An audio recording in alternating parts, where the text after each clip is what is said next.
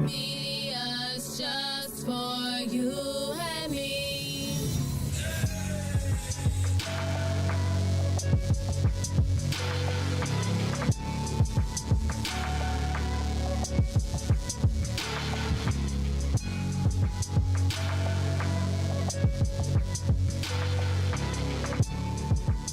Broken screen? Crash system? Are you in need of spyware or virus removal from your computer?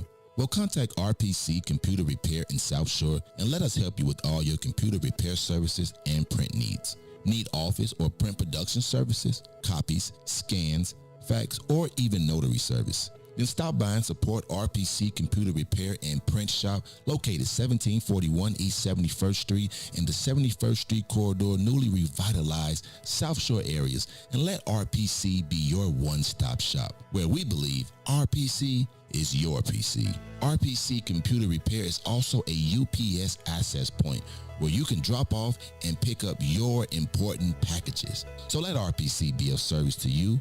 Call RPC Computer Monday through Saturday, 8 a.m. through 6 p.m. at 773-966-4457. That's 773-966-4457.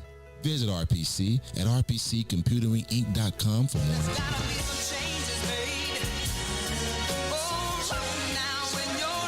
I don't know what the fuck be making niggas think they can fuck with me. Stay with a small circle to ensure I stay sucker free. Peace to the niggas rockin', those that truly got love for me.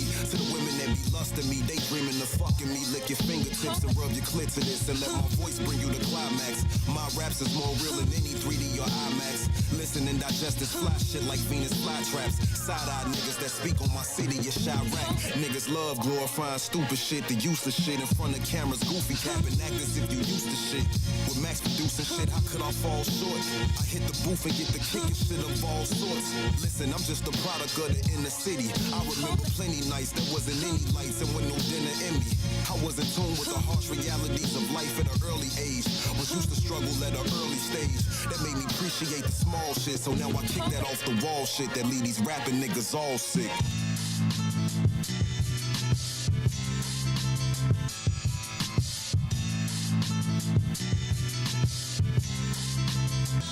They say jealousy and envy get you nowhere, so I'd rather not go there. These niggas panic when I touch mics, I'm Rudy Gobert. I ain't the type to talk jazzy while hiding behind a screen naming Abby. You pushing buttons or trying to get at me, huh? I'm John Wick with this shit. I'm killing everything. While bitches sleeping on me, I'm setting fire to bed frames. Replacing alarm clocks with time bombs to bomb spots. This onslaught's for certain. These other niggas is long shots. Dousing your mattress in gasoline. It's asinine to try to find a rapper that rap is mean. I haven't seen a rap nigga that worry me yet. So far ahead of my time, I got fans that ain't heard of me yet. I'm not the nigga you should step to disrespectful. If I address you, won't be no rescue. They gon' have to dress you in a black suit and some dress shoes. Unless you suicidal or glutton for punishment, I'll never choose to rival the motherfuckers I'm running with.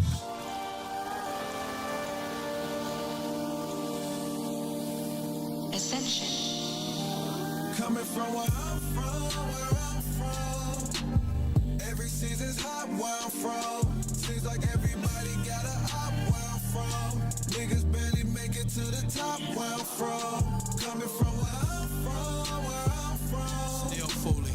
We done lost a lot where I'm from. Still watching fooling. for them niggas trying to plot where I'm from. Cause everybody trying to make it out where I'm from. Look, where I'm from, you gotta decide your own outcome. When niggas keep the peace like King and still move like Malcolm.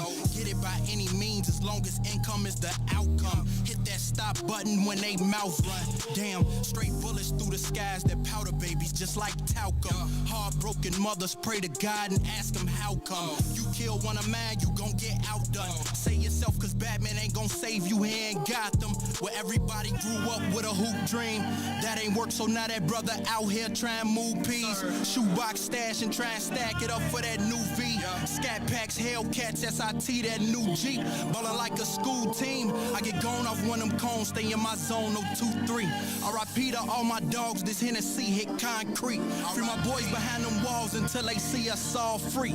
Till our day come, we gon' keep on ball link. Chillin'. Coming from where I'm from. Every season's hot where I'm from. Seems like everybody got a hot where I'm from. Niggas barely make it to to the top where I'm from. Coming from where I'm from. We done lost a lot where I'm from. Watching for them niggas trying to plot where I'm from. Cause everybody trying to make it out where I'm from. I'm from the city of Fo now. Folks in mode now. Blocks they strolling while the cops patrolling. Or they in the trap trying to whip that baking soda. Kids gotta eat, gotta make payola. Try to survive in the windy city of Shy. Where even if you got a job, you finesse on the side. Cause they steady raising taxes and the rent's getting high. It's getting hard to get by, you feel that pressure apply. Got some weight on your shoulders and some stress in your chest. Eyes bloodshot red cause you ain't getting no rest. I feel your pain, but you can climb out them depths. I know it's hard stacking bread, paying off them debts. But stay focused and maintain. Yeah, we cool like that. Yo. Just to get some excitement going. Oh, shit. With the sexy voice. Thank you, sir. Your voice. What's good, beautiful people? Welcome to the podcast, Two Vegetarians Eating Chicken. It's your boy, Mr. Lingo himself. The man who always got something to say. Your boy Fly Sweater KJ. We broadcasting live from What's in It for the Black people. How you feeling today, brother? I'm good. I had a great weekend, so I'm good. Definitely good. Bruh. Well, this was 4th of July weekend, right? It was a firework weekend. Yeah. Yeah, I that shit was too waking up for long, the bro. fireworks. It was. Well, first of all, we had firework months. It wasn't firework weekend. We had firework months. They was popping that shit since April. And now since Memorial Day. Okay, I mean that's even. it was a lot of fireworks. You know what I'm saying. But before we get into all of that, you know what I'm saying. If you new to the channel, you feel me. Make sure you go follow the Facebook Two Vegetarians Eating Chicken. Follow What's in It for the Black people while you at it, because this is where we at every Thursday from 3 to 5. Fair. You feel me? Make sure you go follow the IG, 2VEC Podcast, number 2 VEC Podcast, the TikTok, you feel me? The Twitter, 2VEC Podcast. TikTok, you know what I'm saying? yeah, we're going to have a conversation about that, you know what I'm saying? But anyway, yeah, man, it was a long weekend, you know. I feel like I was moving around a lot. Had a couple gigs, had to DJ a little bit. Yeah, it was just a lot. I don't really like 4th of July, Juneteenth all day for me. So, I mean, so I said firework weekend. Yeah. It was that simple. However you want to look at it, man. But we got a dope show for y'all today. You know what I'm saying? It's a great way to bring in the weekend by catching us on Thursdays. You know what I'm saying? Yeah. Huh? Yeah, I agree. Yeah. Tomorrow Friday. I'm happy, actually. That's tomorrow Friday. I got a more freer weekend where I can be able to kind of recover from this past weekend. But anyway, man, we're gonna jump right into, you know, some what I think is pretty hysterical. I don't. And we'll see how your thoughts on it is. Now I don't know the girl name, but she has kind of gone super viral. In my opinion, I got a lot of choice words I could use, but we'll just start with so there's a girl who was dating a dude or whatever, and they broke up, you know, and the dude basically is still essentially taking care of her, paying her bills, paying her car note, paying everything. You feel me? What's your thoughts on her? So I'll say this first. Do the backstory. She thinks. Yeah, do the backstory. That it's still supposed to be happening, even though they just friends. They broke up. They broke up cordially. Everything was cool. Like, you know what I'm saying? She still feel like this man. She still feel like this man introduced her to a certain lifestyle. Therefore, since they not together no more, he should still keep up that lifestyle. Where at? Where they do that at? So these are her thoughts. What are yours? What you want me to say? So I mean, I don't know. I don't think that it was ever really a mutual, I'll say, breakup for me. It was kind of like okay. I guess I would reframe that. I think the breakup for me was kind of like, we too toxic for each other, so we do not need to be in the same space. That's fair. So with that being said, it's not like I expect you to do anything. You know, it was never like hey, I think we should stay friends, but you know, even though we never smashed, or even if we did smash, like, you can stay at my crib. Like, nah, that ain't happening. No, it's dead. I think when we break up, we broken up. Like, I don't want to be your friend. I don't want to. I mean, we can be cool. Nah, It's nothing wrong ain't no with being such, cool ain't no with, such your, thing. with your ex. Ain't no such thing, I mean, bro. I think you can. Ain't no. I mean, to I mean, each his own. okay. Some people can do it, but so okay. Let me ask you this: if you break up with a girl, would you still be paying anything? I'm not paying. I mean, it's not my responsibility. I mean, I wouldn't have been paying nothing from the beginning, but Right. So, but look, but I was in a weird situation where we both needed a phone, so we did get like the phone thing. okay. And we both took turns paying it, right? And This then was when y'all was together. When y'all broke up. this was before we were together. Like we was Okay. we was working towards being together, Okay. and then we ended up getting together for a short time. Realized it wasn't a good fit, and Okay, that's then fair. we had the conversation like, well, who's gonna keep this phone bill, or are we both just gonna like drop the phone and then just go pick up another provider? And we ended up picking up a different provider. Therefore, we were not On the same attached. plan. Okay. Yeah, on the same plan. Because it was kind of like stupid. Like, why would we be on the same plan? We're not together anymore. Yeah, it wouldn't make sense. Yeah.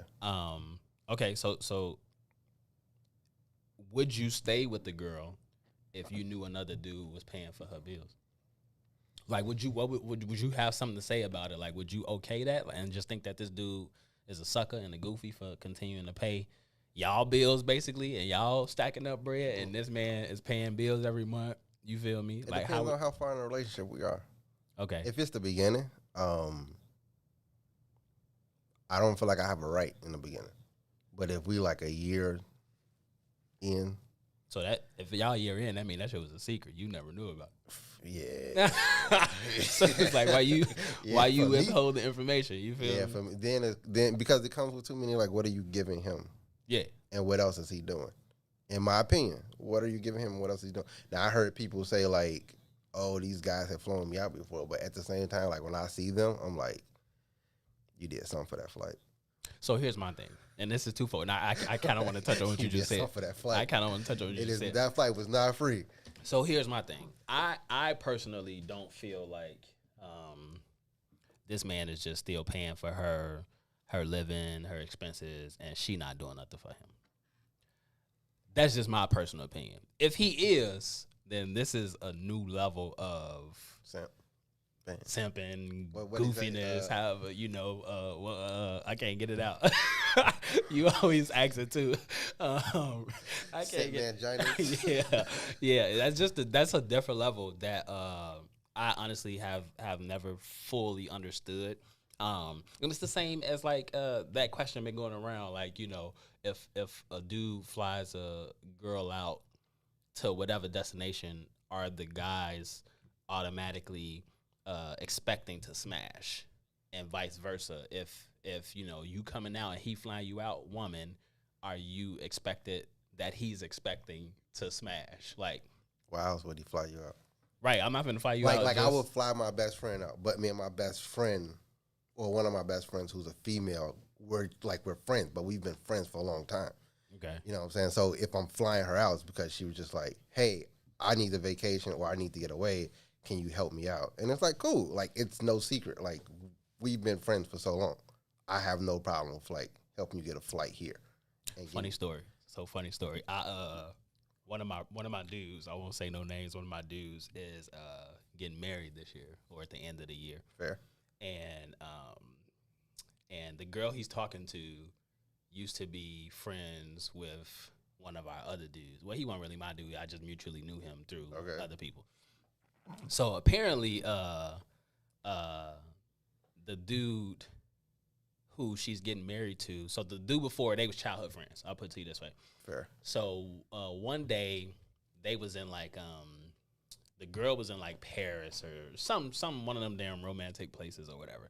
And not romantic. the dude, I'll just say this dude's name is Gary. So Gary happened to be in Paris at the same time this girl, Emily was in Paris, right? Okay. So they connected or whatever, and his job was to get the room, right? So her job was to do something. I can't remember the story. But his job was to like book a room for them, and she wanted them to get like 2 separate beds or whatever. So ironically, quote unquote, ironically, he ended up getting like the honeymoon suite or whatever. So now part of the story was he had never tried to do anything. Like, you know, they friends, like, you know, whatever. Yeah. So she walk in the room or whatever, and he telling her, like, you know, yeah, they didn't have any more rooms available with 2 beds or whatever, so we had to get like the honeymoon suite. Woo woo. So she was like, yeah, I don't know how this gonna go. We gonna have to put like some pillows in between. So my immediate response was, nah, your ass gonna have to go find another room then, because at that point you might as well tell her what it is. Like, you feel me? Like, clearly, fam, you trying to do something. Like, you feel me? It's like you ain't trying to like sleep in the same bed with her and then have pillows dividing y'all. Like, you know what I'm saying? But he never said nothing. So I think they ended up sleeping with the pillows in between or whatever. So when I heard the story, all I thought about was, damn, Gary a goofy. Like, why he didn't just tell her how he felt? Like, you know what I'm saying? It's the same as if you gotta have some sort. And she was being naive about it, and I'm like, I don't know. When you walked in that room, you had to know, like, that this nigga really trying to smash me right now. Like, you feel me? But she like, oh, I didn't think about that. Ooh. Anyway, it's the same thing. So even with old girl, Buddy, I really want to hear his story. And I don't think he ever might not come to light unless he just kind of wants some clout too. Then he might end up coming to light and saying why he doing it or whatever, and might put her on blast and be like, oh, man, I'm still cracking. You feel me? So, I mean, I would hope that that's the case. Right. If not, I hope that's the case, because it's like I would never be able to continue to do what my man's is doing. It just don't even make sense to me. It's just the entitlement for me though. Back on the original topic. Yes, it is. It's extreme entitlement for me to put you in a place that you can be if we stay together, and then you expect me to hold those expectations if we stay together. Yeah, no, that's extreme. Bro, we break up. I'm Quavoing it, bro. We breaking up. I'm taking the car back. I'm taking. Boy, I bought it, boy. We broke up, boy. This ain't yours. I'm not. So what you? I'll show. Long as you can show me that you finna, you gonna have to take my name off the whatever then or something, because then my name is attached to that. What if you don't pay the note no more? Like, you feel me? Now that's messing up my credit type. You feel me? But come on now. I'm just saying, show me. Clearly, she ain't finna do it. Like, you know what I'm saying? If I buy you a car, like while we together, then I brought you a car. It's like if I brought you some shoes, I don't want those shoes back. That's different. Petty. Ain't my name not attached to no shoes. But if I have to buy you a car, then that means we're something more than what like we should have been. So it's a reason why I brought you a car. I'm not just gonna like give you a car. Okay, but long as we got an agreement or something in place to where, like, if it's in my name, then it's coming back with me. Then that's what I'm saying. I mean, because my friends come back with me, even if we got mutual. If we got mutual friends, if we break up, my friends are my friends. If you met my friend, that ain't always the case. I didn't say that was the case, but that's my rule. That wasn't my experience. Motherfuckers was choosing sides. How we choosing sides right now, and you supposed to be my homie. If you my friend, and I start using my friend before I start talking to this girl, when we break up, you still my friend. Therefore, I don't care how much y'all like each other. I don't know, man. Or just come down to the fact that I don't mess with her, so you chose your side, so I don't mess with you either. That's fair. If it's some, we appreciate everybody who tuning in right now. You know what I'm saying? Who gonna either watch it now or later. But make sure y'all comment below. You know what I'm saying? Especially fellas. If you break up with a girl, would you continue keeping up a lifestyle that you introduced her to? I mean, I personally can't. I don't know who's out here really doing that. I mean, you really got to be getting it where, you know what I'm saying, money don't really matter to you. I wouldn't even say that, because it must not matter to him. Listen though, we did a crowd podcast, kind of, right? I remember that. Yeah. And it's, some people are just so simple minded that some things are just always leveling a different person up, and their perspective of level up was not even what we thought. Like, we thought it was basic, but they're like, to them that was just like, oh yeah, that's a different level up. We talking about doing lavish stuff, and they talking about just going like to Vegas, and it's like, wait, what? Like, nah, I'm not going to no Vegas. Like, like, what are you doing? But at the same time, it's just like the experience. So, what are you giving me? Blah blah blah. As an experience at the end of the day. So you can level up people in different ways, but I'm not gonna maintain that ability or that stability for you. Yeah, it's for me, I think it's crazy to see the just the transformation of times that we're in right now, especially watching it from female's perspective. Like, you know, it's a lot of Oh yeah. I would say the populated females perspective, because I don't think that's like what most women expect. that's true. Right? I don't think the average woman expects you to move her into your like super loft and then just leave her there, because like she got common sense. What? I would hope. Yeah, I would yeah. hope. I mean, but we live in a world now, bro, where people literally will like make up stories just to get clout. You know what I'm saying? Or just to. That ain't just new. That's just. I mean, it wasn't as been forever, extreme as it is today. Forever though. It's a little bit more. It's super exaggerated, but It's a little bit been more forever. like what? Like, you know what I'm saying? Like the things I be saying, I'd be like, that's clearly not real. Like, you know what I'm saying? Yeah. Like, you feel me? Just to get some views. You feel me? Because it's such a social media type world that we live in. But the way she was talking though, that it seemed real. But you know what I'm saying? Anyway, I just No, I believe her. Yeah. I mean, she was cute enough for it. she was. I wasn't gonna keep paying it. I definitely wouldn't have. No, you know what I'm that saying? I ain't- would have had to stop. But ain't that cute. to each his own. You She ain't- kind of reminded me of what's her name? Just the skin tone. Old girl. I can't get a name out. I'll think about it later. Yes. But so let's continue. You know what I'm saying? Let's hop on this other hot topic, man. Especially what's going on with the whole Olympics and Richardson and just to get a little deeper. I keep hearing, you know, two sides of it, you know, and I don't necessarily disagree with either side. My own personal opinion is that there needs to be some sort of adjustment to the rule. What's the other side though? Or so some people are saying, you know, people who believe in the, you know, legalization of weed and how it shouldn't still be a thing, et cetera, let that girl run, you know. Fair. And then people are like, well, rules are rules, Olympic wise, and she knew the rules. She should have followed them. But that's not how it came out. But go ahead. Right. So I'm saying those are the two sides that I've seen go back and forth thus far. Okay. So rules are rules. Except Rules are rules. She knew the rules. She broke them. Now she got to pay the consequences for those rules and breaking them. All right. Whatever. Go ahead. Which no, and so I just want to point out those two sides. But what are your thoughts on the whole thing? And you said it didn't come out like that. So how did it come out? I think it's trash, and you can't just say rules are rules when you allow other people from different colors to still participate in things like the Olympics when they clearly broke the rules as well. So you think it's a race even if thing? it was accident? I mean, what else would it be? I mean, do you? A lot of people saying it ain't a race thing either. But yes, so let's talk about let's it. just go back, right? So I think talk a about month ago, maybe we can say 3 weeks ago, there were some women from Africa. I'm not sure they're from Kenya or not, so I'm not going to specifically point out a country, but some women from Africa who were also banned. And then after their ban came a ban of the swimming cap. Because the swimming cap is not naturally for the black woman's hair who was swimming.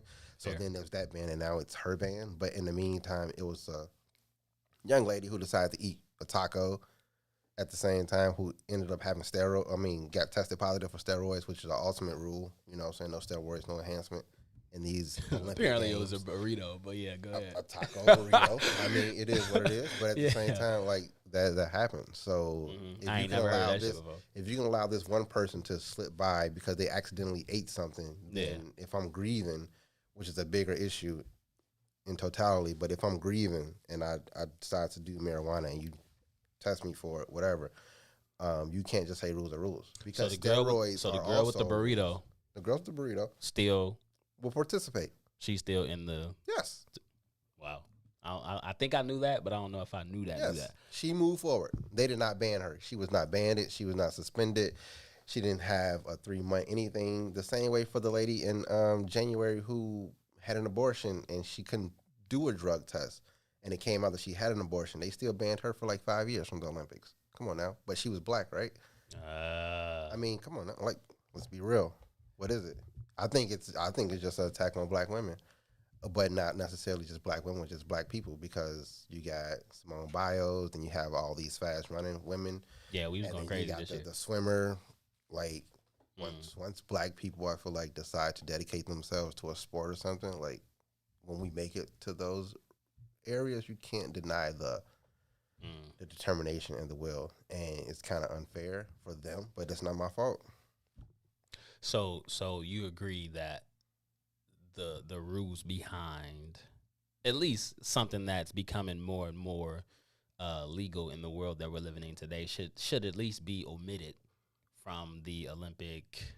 I mean, whatever. I thought that the rules were, as long as she's not showing up high on the track, I personally would not have a problem with marijuana use. It doesn't enhance anything For her. Right. If anything, you start slower or you run slower. Like, I mean, but for me, like, just thinking about it, it becomes more of the breathing issues and the possibilities of other things that can happen, as opposed to helping you run faster.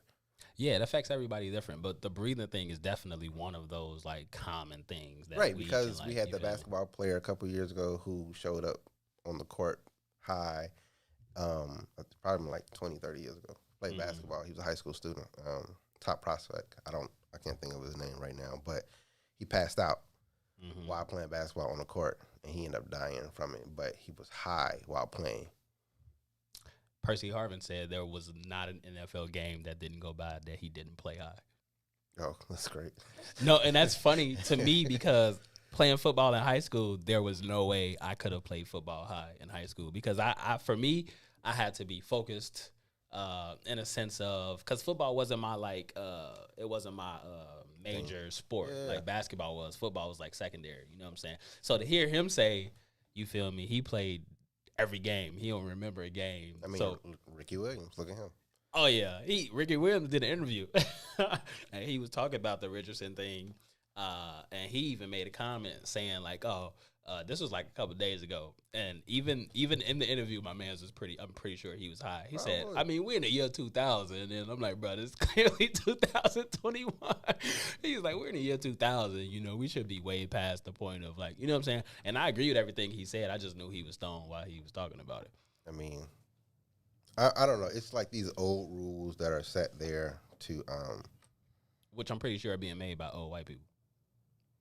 They weren't old back then, but probably. I mean, they probably still on the same. Some of them are probably still on the board. Still, or whatever the case may so be. a lot of things need to change. And I heard Jamel Hill talk about like how the rules need to change. But at the end of the day, it's like it changes and it's an acceptance for some.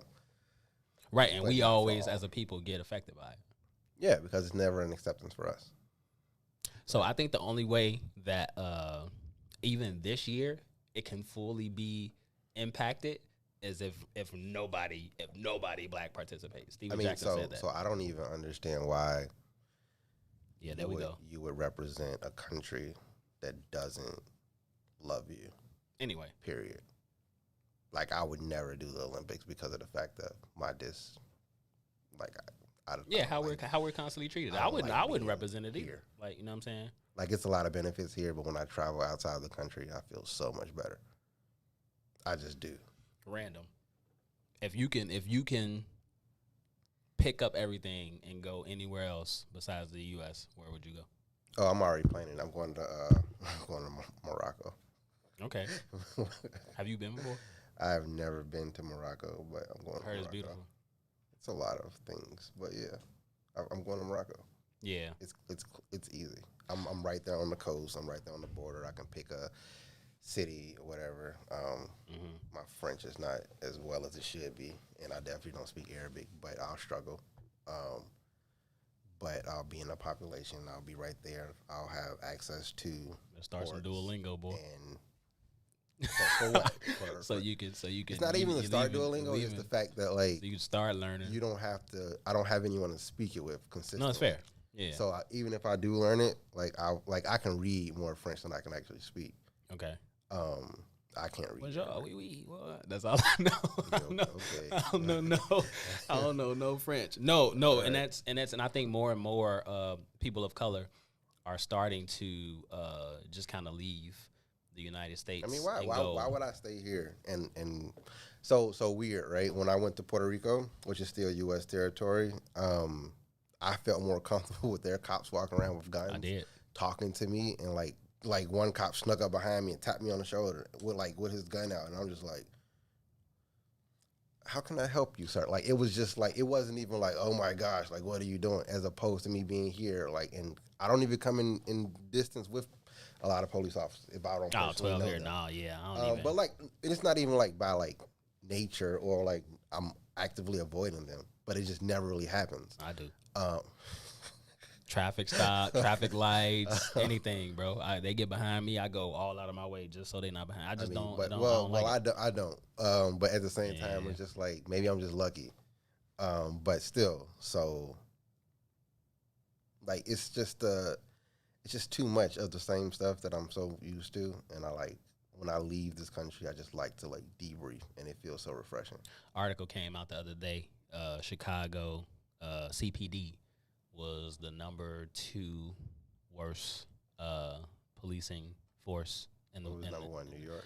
I can't remember who number one is, but it York. probably was New York. But Chicago was number 2, and I wasn't surprised by it. I was like, oh, this ain't really nothing new. Like, you know what I'm saying? They horrible. You feel me? They always have been from even my memory. But not even horrible. They're just crooked, and there's no punishment. And that's the problem.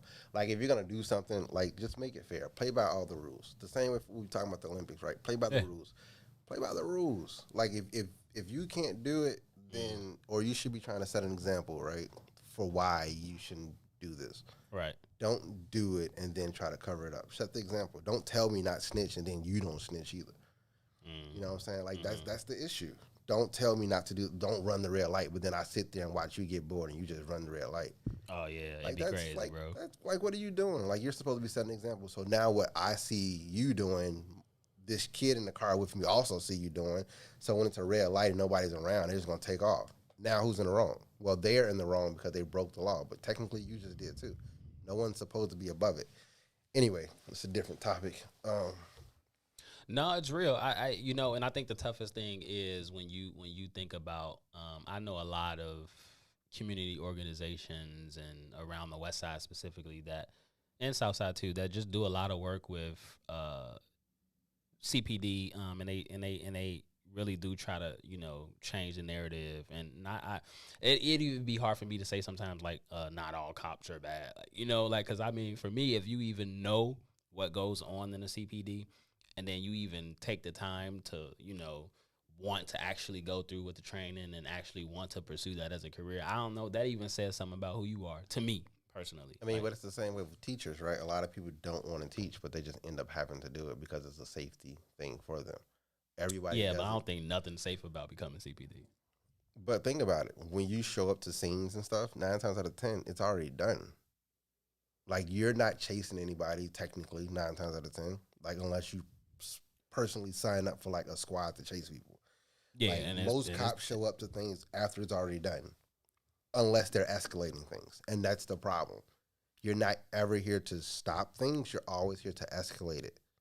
Yeah, but I'm pretty sure it's a lot of police, and I've been in encounters with a lot of CPD who I'm pretty sure they signed up to do what we see done every day in our neighborhoods. Like, I mean, but so that still talks to a bigger thing because it's just like, why do you feel like you need to have power over some people or power in a certain situation? Because that's all it is. It becomes a power situation. mm-hmm. You become like, what is it?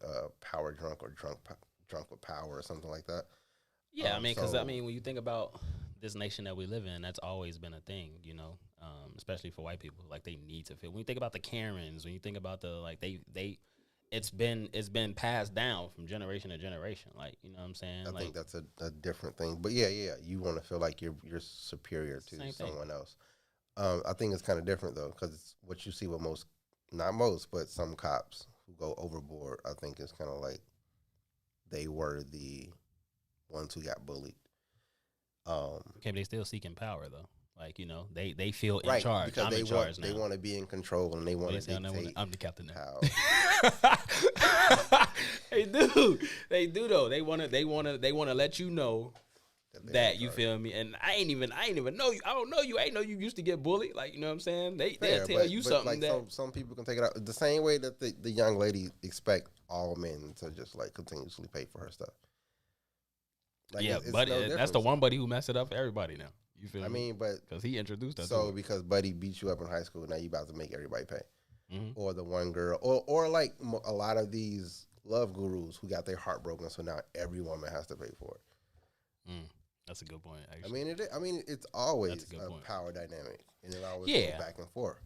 that's true too. But there's limitations to it. Like even with the whole love gurus thing, some of them really do be spitting like facts that are like broad. Like even if it's coming from them personally, like their own experiences. I like agree. you know what I'm saying. But some of them they also some of them be wilding though. You know what I'm saying? But yeah, anyway, if you new, you feel me, to the channel, you know what I'm saying, or your first time listening, you feel me, make sure you go follow us on Facebook, Two Vegetarians Eating Chicken. Go follow What's in It for the Black People while you edit. We got a comment that we're gonna read in a second. Make sure y'all go follow the IG, the TikTok. I don't know, I keep saying the TikTok, but we still got one. 2VEC Podcast, number 2 VEC Podcast. We appreciate y'all tuning in with us. We here every Thursday from 3 to 5, broadcasting live from What's in It for the Black People. I almost start singing Juvenile. Ain't that a song? Broadcast. Oh, that's Wayne. Broadcasted live because the block is still Wayne. Anyway, did you see that? Speaking of Juvenile, did you see that Juvenile? And oh my goodness, bro.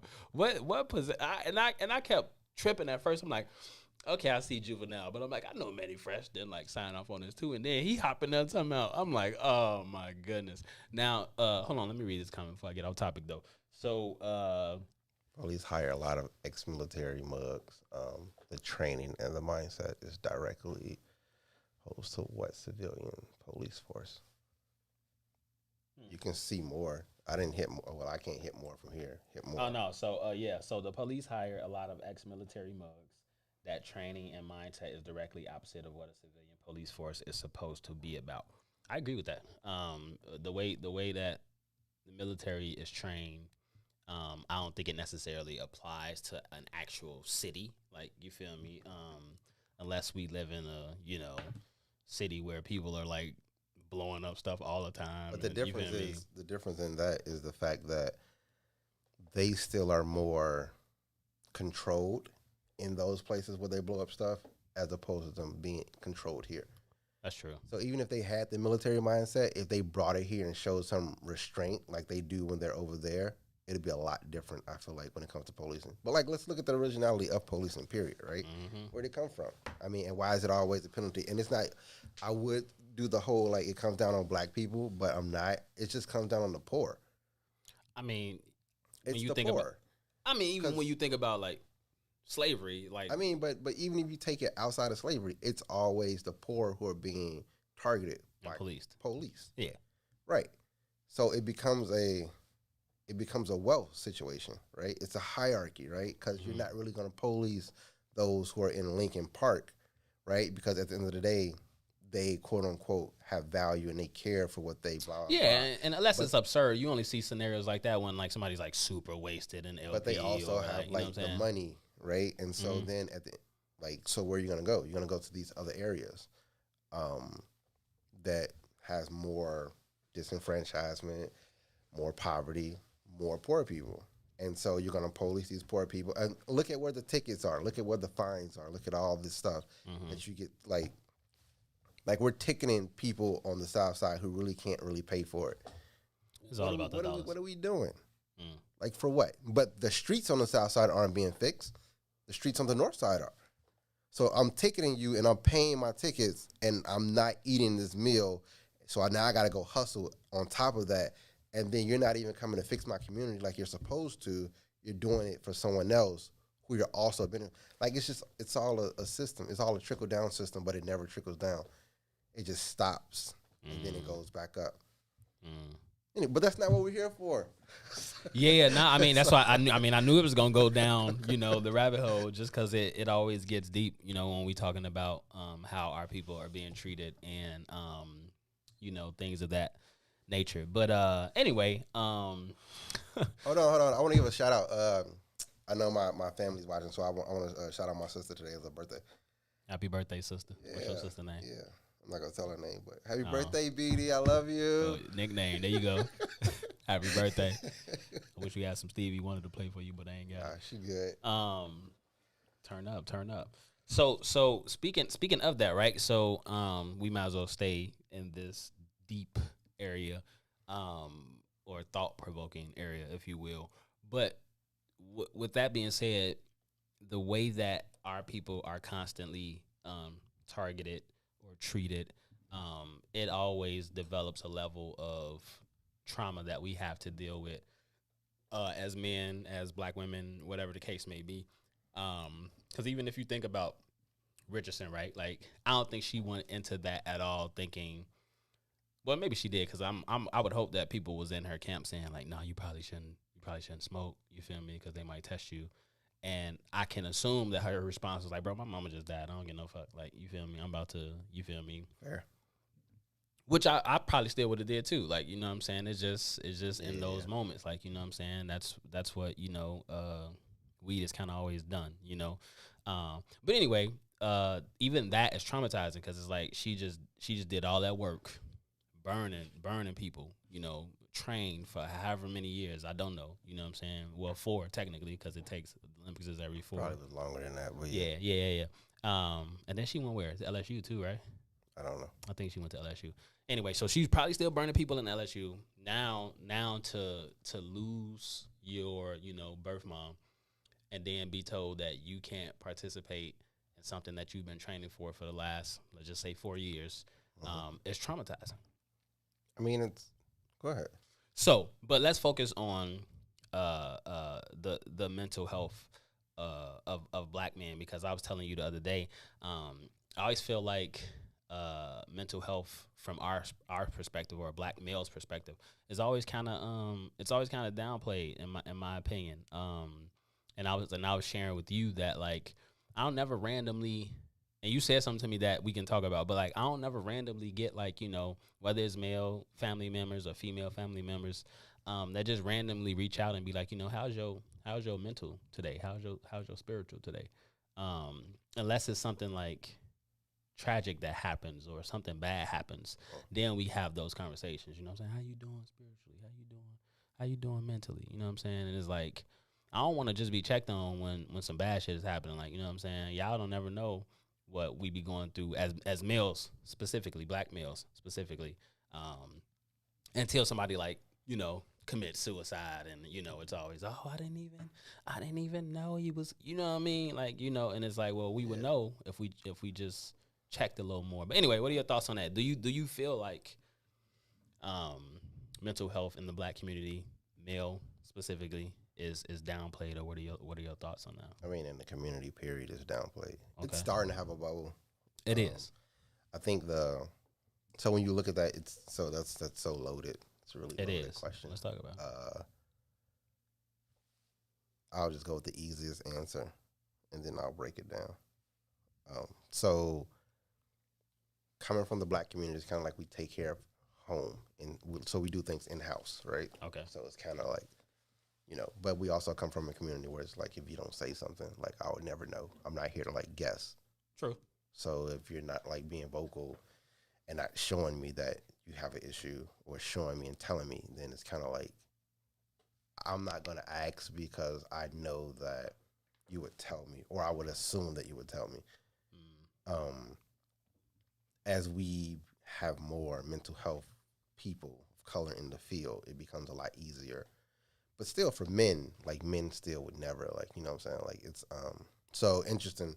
I was watching one of the segments here. It's called Inhale, Exhale. Okay. I think they do their show Sundays, Okay. 6 or 7, 5. Don't quote me on that. But Inhale, Exhale. Anyway, but it was a guy that they were speaking to, and he was pretty much saying that, like, black men pretty much don't really have an outlet, but they need to have, like, emotional maturity. I'll just say that. That's not really what he said, but it's kind of like where it was, like, leading to. Okay. And he, like, hinted on it, right? So to have the outlet, like, what does that mean? And so it's just like being in a black space. And so that's something I've always talked about, how it's just different when you're just in a black male space, and the importance. I think we talked about this last week, the importance of, like, a barbershop, right? Yeah. When you go to a barbershop, it's just tons of black men there, right? Young, old, in the middle, like, growing up. Like, this is what goes on. This is how we interact. This is how we connect. This is how we talk to each other. This is how we do X, Y, and Z. Well, for a lot of people, there's no space like that. I'm not going to trust this white person, who usually is a mental health therapist, or psychologists. So like, I'm not gonna give you my story because you would not understand my story. You know what I'm saying? Yeah, every time I went to a therapist, I always try to find a black one. But yeah, go ahead. Right, but because they're so far and in between, it's kind of hard too. So it's just like, well, I don't have the actual support that I need, and the person who's qualified to help me is not going to actually understand me. So I'll just keep it. But at the same time, it's no outlet for me. So it continues to like just build up. Because we're not prone to ask people, are they okay? Becomes an issue. And it's funny because when I said I had a great weekend, like nothing really happened. I just went to go see my family. Okay. And it's been so long since I've seen all of them. But like I saw my brother. And I saw that. Look, it was a beautiful picture. Yeah, and I just kept hugging him. And he was just like, bro, stop touching me. Of course. Of course. That's what we be on. Stop touching Stop me touching so me, much. boy. But it's just like, I haven't seen you in so long, and I'm just happy, like, because, like, I finally see you, and you're here. Yeah. Nothing's wrong with you. But, I mean, maybe he'll see this, maybe he won't, but down the line, I guess. Because it was a friend who taught me that, and I was in the same space, and it's just like, boy, every time I see you, you touch me. Stop touching me. It's like, I see you, though. You feel me? Right. And like, we'll have that conversation, and he'll just say, like, bro, you just don't understand. But one day you'll get it. And so that. And then, like, that's where it just came from. And so when we look at it, or when I break it down, to me, it's just like, I'm more appreciative of the space and the time I have now with you, especially after COVID. Yeah. Where it's just like you're here. It's a blessing. You're not on the phone. You're not, I don't see you ignoring my, like, blah, blah. Like, you're here. Shit, we could be dead. For as short of a time that I have you, you're here, finally. But it speaks to a lot. I was very huggy and touchy. I understand. This weekend with a lot of my family, and they know that I'm like not really a touchy person, but at the same time, I'm just like, well, I haven't seen you guys in so long, and it's weird because my daughter's the complete opposite. She like just likes to hug and touch and be like super affectionate, and I'm just like always like, get off me. That's Stop my oldest. laying on me. Why are you laying on me? Get away from me. You're so hot. Like go chill out. But you know, I get it. It's needed. But it's also therapeutic. Yes. It also like releases a lot. Yeah, make sure we check the time. It also releases a lot as well, and it allows us to just become. It's a part of ourselves that we never get to really express. Right. And I think that's the biggest thing, at least for me personally. If I'm just talking about myself, right? So even to hear you, bring your daughter up, right? So my oldest, she's very like huggy and touch and just likes to cuddle and like, you know, be around me. And so for me, sometimes I pick up on that in the way of like knowing that I need to be more intentional with like, you know, doing less work or, you know, increasing the times that I like interact with her and like, you know, cause she's vocal enough now where she'll say it, you feel me? She'll let me know what's up, you know what I'm saying? But sometimes she won't, like, you feel me? So as her dad, I gotta be able to, you know, be in tune with what I know her love language is. Like clearly it's like, you know, physical touch and like, you know, words of affirmation and but anyway, I think maybe you said this when we were talking about this whole, you know, mental health thing in the Black community. But at least and from my experience and my family, there was like a gap where they probably didn't have people kind of focus on mental health with them, so therefore they didn't really know how to do it when it came down to us as a generation, you know, because it was always take care of it in house. Right. Yeah. So, but even that gets lost in the Bayside a little bit because when we became adults, now we out on our own, so we ain't really in house anymore. So now it's like an out of sight, out of mind kind of thing, you know. And they don't really know until we like show up to a function or something, you know, whether it's the 4th of July, like, and even that, like, when nobody thinking about asking how your mental doing, like, we was just ready to barbecue, you feel me, laugh, play some cards, you feel me, joke a little bit, like, you know what I'm saying, and we put on these like faces like everything is cool, like, you know what I'm saying, and I don't want to be the one that bring the mood down, like, you know what I'm saying, and be like, man, I ain't really feeling this right now, like, I got a whole bunch of stuff going on, and it really hurt you if a motherfucker be like, boy, ain't nobody, this fuck, boy, ain't nobody trying to hear that right now, boy. Then it's that they just pushing you even deeper, like, you know what I'm saying. So like, it's I just think we just come from the places where it's just like, if you need something, say something. Closed mouth don't get fed. I agree with Like that. all of the quotables that we can probably name like 10 right now, where it's just like, if you don't speak up, how will I know? I agree with that, but I still feel like that there needs to be some form of, I mean, it should, constant, just like, you outside know, of the church. yeah, just constant like check-ins, like, you know what I'm saying, or you know, family phone calls or something. Like, I don't know. I just feel like it needs to be more, like, you feel me? Because then, you know, sometimes people don't feel comfortable enough to, you know, express what they got going on. Maybe they feel like it'll be a burden to people, or it's too deep, or people won't understand, or whatever the case may be. Like, you know, and that'd be a lot of the cases. Like, you feel me? People just really feel like they can't open up to certain people, especially family. Like, you feel me? Because they'll feel so judged, or they'll feel like, you know, family. right, it'd be different for us. Like, you know what I'm saying? So like, that's Family what I'm saying. don't always have the best interest in heart. I'll say that. That could be true too. You feel me? So yeah, it's just an interesting topic. I definitely have seen more and more articles coming out now, specifically about Black mental health and why it's important. I think that the more interesting part and the better conversation around that is the fact that instead of her needing or reaching out to someone with mental health, because she has the access to it, I'm sure she does. True. She went to self-medicate, and that's a bigger issue, right? So, although weed is legal, right? Like, I don't know. I really don't care about in drug enhancements, period. So, alcohol, like any drugs, like you name it. Like, I mean, if you taking steroids and shit to cheat in the Olympics, I mean, yeah, that's different. but like as a mental health situation, it's too many people of color, especially, who use things to self-medicate. So even when we talk about alcohol, even when we talk about smoking weed, or if we're talking about like taking pills or whatever on the street, like most of these people are doing this to self-medicate to avoid these pains instead of actually finding a way to like heal and fix it. Sometimes they doing that shit to just have a good time. True, it's true. Too, but I agree with you. That people are number is doing it to probably avoid, like, especially if you listen to like the young music, it's all coming out of pain, right? And so like you link on to the person that you sound or you share the closest like musical like pain with 9 times out of 10. So if we look at like Polo G, or we look at like what's the dude who killed himself? He didn't kill himself. I'm gonna just say he took too much. I can't get his name out. Yeah, from Chicago though. he is, but still, in a lot of his music was very pain, and it was all from heartbreak. Juice WRLD.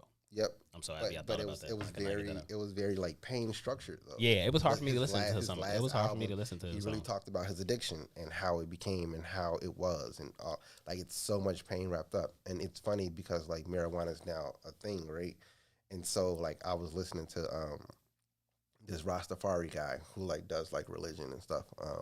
Well, Rastas is also a religion, if you didn't know. It's a predominantly practiced in Jamaica, but it's also some parts of like Africa. Yeah. Rastafari, man. But the guy was pretty much saying like he doesn't smoke ganja, which is another word for weed, if you guys don't know as well. And the person was like, well, your culture and your religion tells you should.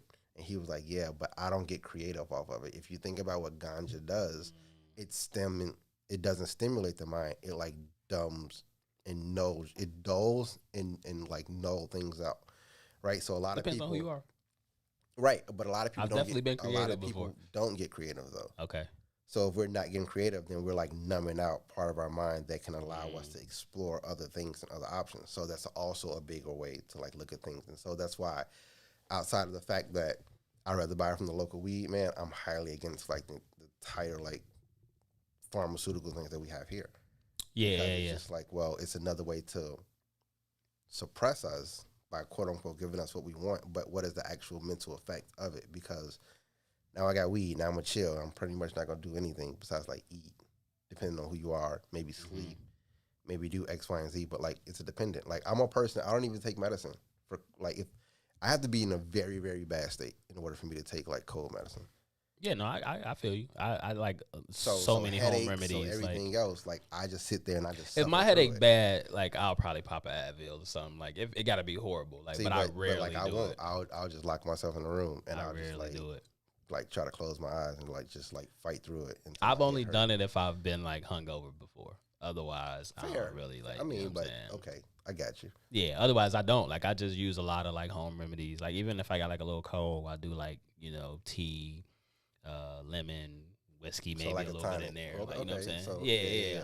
So I've never been a fan of Western medicine and like, cause I don't know what's in that. You feel me? Like, I mean, it tells you, but yeah, but still, I don't know what I gotta go. I gotta go look in the dictionary to see what some of them words mean. Like, you feel me? Like, so it's just like, fair. I mean, I've it's never the been a same- fan. I mean, but everything, right? Everything can be like a negative, right? Like you look at cereal. Cereal has like that's true. poison in it. That's tough. I know it's always tough. I mean, I'm not a huge cereal person, but cereal be fire. I mean, sometimes, I love depending cereal. on- I mean, you gotta die from something. I love food. Cereal has poison in it, but like at each day, I'm like, oh man, it's Yeah. if I'm eating it that day, because I don't. Yeah, but It's like, how often do you think about that though when you pour in that bowl? every time I pour, Pouring this poison in this bowl. everything. Yep. Pouring this poison in Every this. What time. kind of milk you use? Though? Every time. That's a good question too. Oh, I'm lactose intolerant, so I use like use- that's I so funny, right? drink I'm pouring oat milk cereal. now. I and know. then, like, I either do the oat milk or I do like the That's so funny. lactose milk. So I'm doing like Yeah. healthy milk with like poisonous cereal. It's It's like, like what is this mixture? What's happening right now? maybe they'll Yeah, it's interesting, bro. cancel each other out. Yes, So, nah, that should still be what it is. Oh, that's so funny. But anyway, man, we're gonna take a break here in a minute. But if you are new to the station, thank you for listening in. You feel me? Go follow the Facebook, Two Vegetarians Eating Chicken. Sure. Make sure you go follow What's in It for the Black People while you at it on Facebook. Follow us on IG. 2VEC podcast and number 2 VEC podcast. If you want to be a guest on the show, man, send us a message. You know what I'm saying? We would love to have you up here, you know what I'm saying, and talk shop with y'all, you know what I'm saying, things that's going on, you feel me, debate about some shit, you feel me, have some chicken. We ain't got no chicken today because, we just didn't feel like it. But anyway, yeah, man, it's been a interesting week. Again, I'm very happy that tomorrow's Friday. I get to just relax, and I still got to work on Saturday. I got to DJ twice. I'm going to the Alliance Francaise because they have this. I'm sorry, did you just speak French to me? I don't know what you just said, my nigga. I'm going to an organization where they're having like a French celebration. So Got because you. I'm a francophone, I'm When is that? definitely going Tomorrow or Saturday? Saturday. Okay. That sounds Yeah, fun. but if since you are or maybe you are not new to the channel though, we do have a Facebook. We do have a YouTube channel, and we also are on Spotify for some of the previous work that we've done. We have different content outside of What's in It for the Black People, so we definitely have a long catalog. I think 25, 26 prior episodes to this, where we talk about things outside of just this entire like black realm. But we talk about things like battle rap. We talk about other hot topics. Issues, things that are going on. No, the Yeah, YouTube the YouTube is the same, Two Vegetarians Eating Chicken. And then audio wise, which has been really dope for us. We're about Spotify. 3,000 downloads in, which is really cool. That's just Buzzsprout though. I don't know. So, I mean, like, it ain't, it's still 3,000 to me. It's I don't great. care where it's It's coming great. from. You know what I'm saying? That's people listening. You know what I'm saying? We impacting in ways that I wouldn't have imagined when we first started. So, but yeah, I love Spotify, Google, was it Google Music, Apple. Google Podcasts. Yeah. I don't think we're on Apple. Oh, okay. What else? Spotify, Buzzsprout. Yeah, whatever. I don't know. Yeah, but just we got an audio, you feel me, platform as well. But yeah. Also YouTube, where you can see us because we do travel. So we are a traveling podcast. If that wasn't ever mentioned, so I don't think we it will was. come to your locations and definitely do a show with you if that's something that you guys are interested in, or people with those spaces. We're definitely willing to like come there and travel to show off your venue and have a nice conversation with you as well. So Cool. But we about to take a break. We'll be right back. You know what I'm saying? Come tune back in with us. You feel me? Yeah. Peace.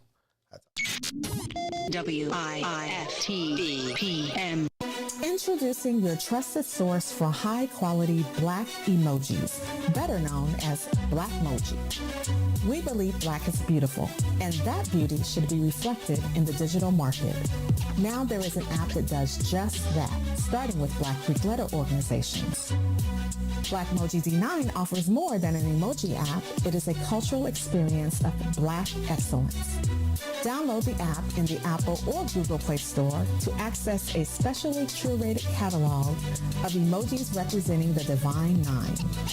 Use the emojis to celebrate Black Greek events, acknowledge current events, support social causes, and learn about esteemed Black Greek members who blaze the trail of Black history.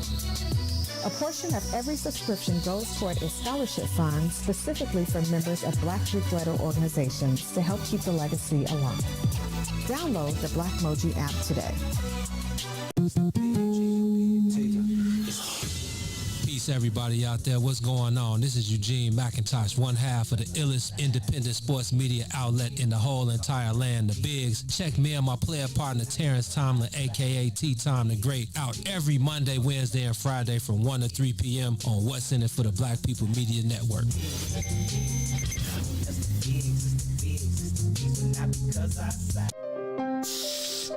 Drew, why you be doing them boys like that, putting them all in their feelings? I don't know. Shit, I can't help it. Nah, cause I be riding in the new whips.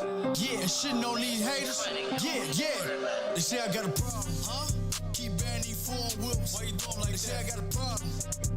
Cause I keep a bad bitch, don't flag. They say I got a problem, huh? Fucking these racks up, don't do it like they say I got a problem, huh? I stay designer down.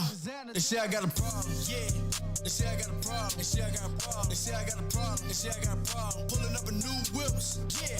I got a problem. Yeah, I got a problem. Yeah, I got a problem. Yeah, I got a problem. Yeah, I got a problem. Stay dripped up in the lace. New whip, new bitch. Pockets full, walk with a limp. Falling on you niggas like Sean Kemp. New stick, got it on my hip. Stay dripped down, keep a bad bitch. My crib, filled with muscle wheels. Young flat nigga, rockin' skinny jeans. Balenciagas on my feet. Pulling up, I'm flicking on them. All the jewelry on me, what dripping on me. My jewels bright, like chandelier, like bad bitch. I ride fast whip. Got niggas mad with some sad face, cause I came up, started from the bottom.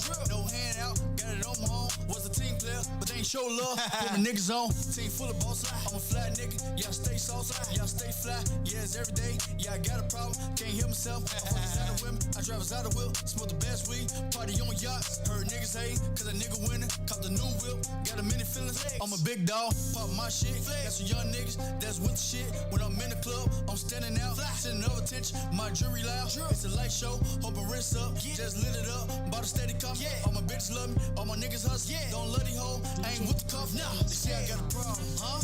Keep banning these foreign whips. Why you doing like that? They say I got a problem. Cause I keep a bad bitch, don't flag. They say I got a problem, huh? Fucking these racks up, don't do it like they say I got a problem, huh? I stay designer down. They say I got a problem, yeah. They say I got a problem. They say I got a problem. They say I got a problem. They say I got a problem. Pulling up a new whips, yeah. I got a problem. Yeah, I got a problem. Yeah, I got a problem. Yeah, I got a problem. Yeah, I got a problem. Stay dripped up in the lace. I got a problem, they know that I'm with it. I smoke me an L, but you know that I'm winning. I'm speeding through traffic, they know I'm a risk. It's target behind me, you know that's a ticket. I rap with my guys, they know I'ma split it. And we not the same, hope you know that we different. You on her back, she want it, she get it. If I start up the cat, hear the roar in the engine. I went and got me a bag. Told my little bitch we can run it up. Yeah, I'm gonna jump in. Oh, you can introduce us again, but I got a problem in love with the straps. In case you keep thinking about running up. 2 pockets full, had to give me some more. That 4 pockets full, had to double up. They say I got a problem, huh? Keep banning these foreign whips. Why you doing like that? They say I got a problem. Cause I keep a bad bitch, don't flag. They say I got a problem. What's good, beautiful people? Welcome back to the podcast, Two Vegetarians Eating Chicken. It's your boy, Mr. Lingo himself. That's the man who always got something to say. Your boy Fly Sweater KJ. And we broadcasting live from What's in It for the Black People. What's up, brother? You got something to say? Oh, yeah, we speaking off camera. Yeah, exactly. Man, so like I don't know. I was talking about how my diet went to shit over the weekend. Yeah, because there was a lot of barbecue happening, bro. I ain't even really eat that much food. I was pretty much just eating like all the sweets. I had a lot of sides. Like I ain't do a lot of like bread. I had a lot of like spaghetti and macaroni but I don't even supposed to be eating cheese, bro. It be messing me up. I do not supposed to be eating cheese, bro. For real. Yes, I'm very lactose. Oh, I ain't know that. I thought you was like on a diet trend or something. No, it messes me up, bro. super Even my kids lactose. be like, "Oh, you don't supposed to be eating cheese, daddy. Like, what you Sitting doing?" around farting. Yeah, bro, it messes me up. So I don't know what it is. But yeah, no, I can understand that. But I've been back in the gym. You know what I'm saying? I'm back motivated. You feel me? I mean, I went back too, but like this weekend, I definitely felt like I was like, oh my god, Bro, it's like always when hard. I got home Monday night, and I was just like, man, I know I didn't gain like 50 pounds. Nah, you exaggerating. But it's always harder when you miss a couple days. Like if you miss 2 days at the gym, that third or fourth day when you get back in there, it'd be feel like you can't lift nothing, bro. And it's like, whatever. Anyway, let's jump back in these topics, man. Let's go ahead. So I saw a video the other day. There's a New Jersey white dude who basically got into a shouting match and an altercation with a black dude in Jersey, and I mean he was basically calling him everything in the book, telling him this wasn't Africa, shut up nigger, like dumb fuck, like he was just going crazy. You feel me? And I don't even know what the original argument. I think he was on the dude's property, which is even more funny. The white dude was on the black dude's property, and he was trying to say basically that privilege. This is he tried to use some words saying that basically he could walk on his property. Like, bro, this is my property. Like, you can't. Like, you feel me? Anyway, so by the end of the altercation, he yelling because the black dude's recording him. So he yelling in the video. You feel me? Well, you basically gave out his address. You want to see me? Come here. You feel me? Woo woo. Yeah. Hours later, little be known. Was it hours? I thought it was like a day. Maybe it was a day later. I don't know. Maybe it took them a day to, you feel me, congregate everybody and get to the address. You feel me? But basically, don't tell black people to come see me like we not finna show up. Like, you know what I'm saying? Especially if it's smoke. You know what I'm saying? We gonna come show up for all the smoke. You feel me? So basically, he woke up or the next day to all of these protesters at his place, and he tried to like apologize and say, he was sorry and he was wasted, and basically he calls everybody nigga, pretty much. White people, whoever else he get into, drunk conversations with, he always calls them. Conversation. What are your thoughts on that? Why do you think white people always get to a point, especially when they're intoxicated, that they feel a need to just freely use the word or just call us all out our name? What do you think that's about? I mean, I think they just want to be us. What Paul Mooney say? Everybody want to be a nigga till it's time to be a nigga. Exactly.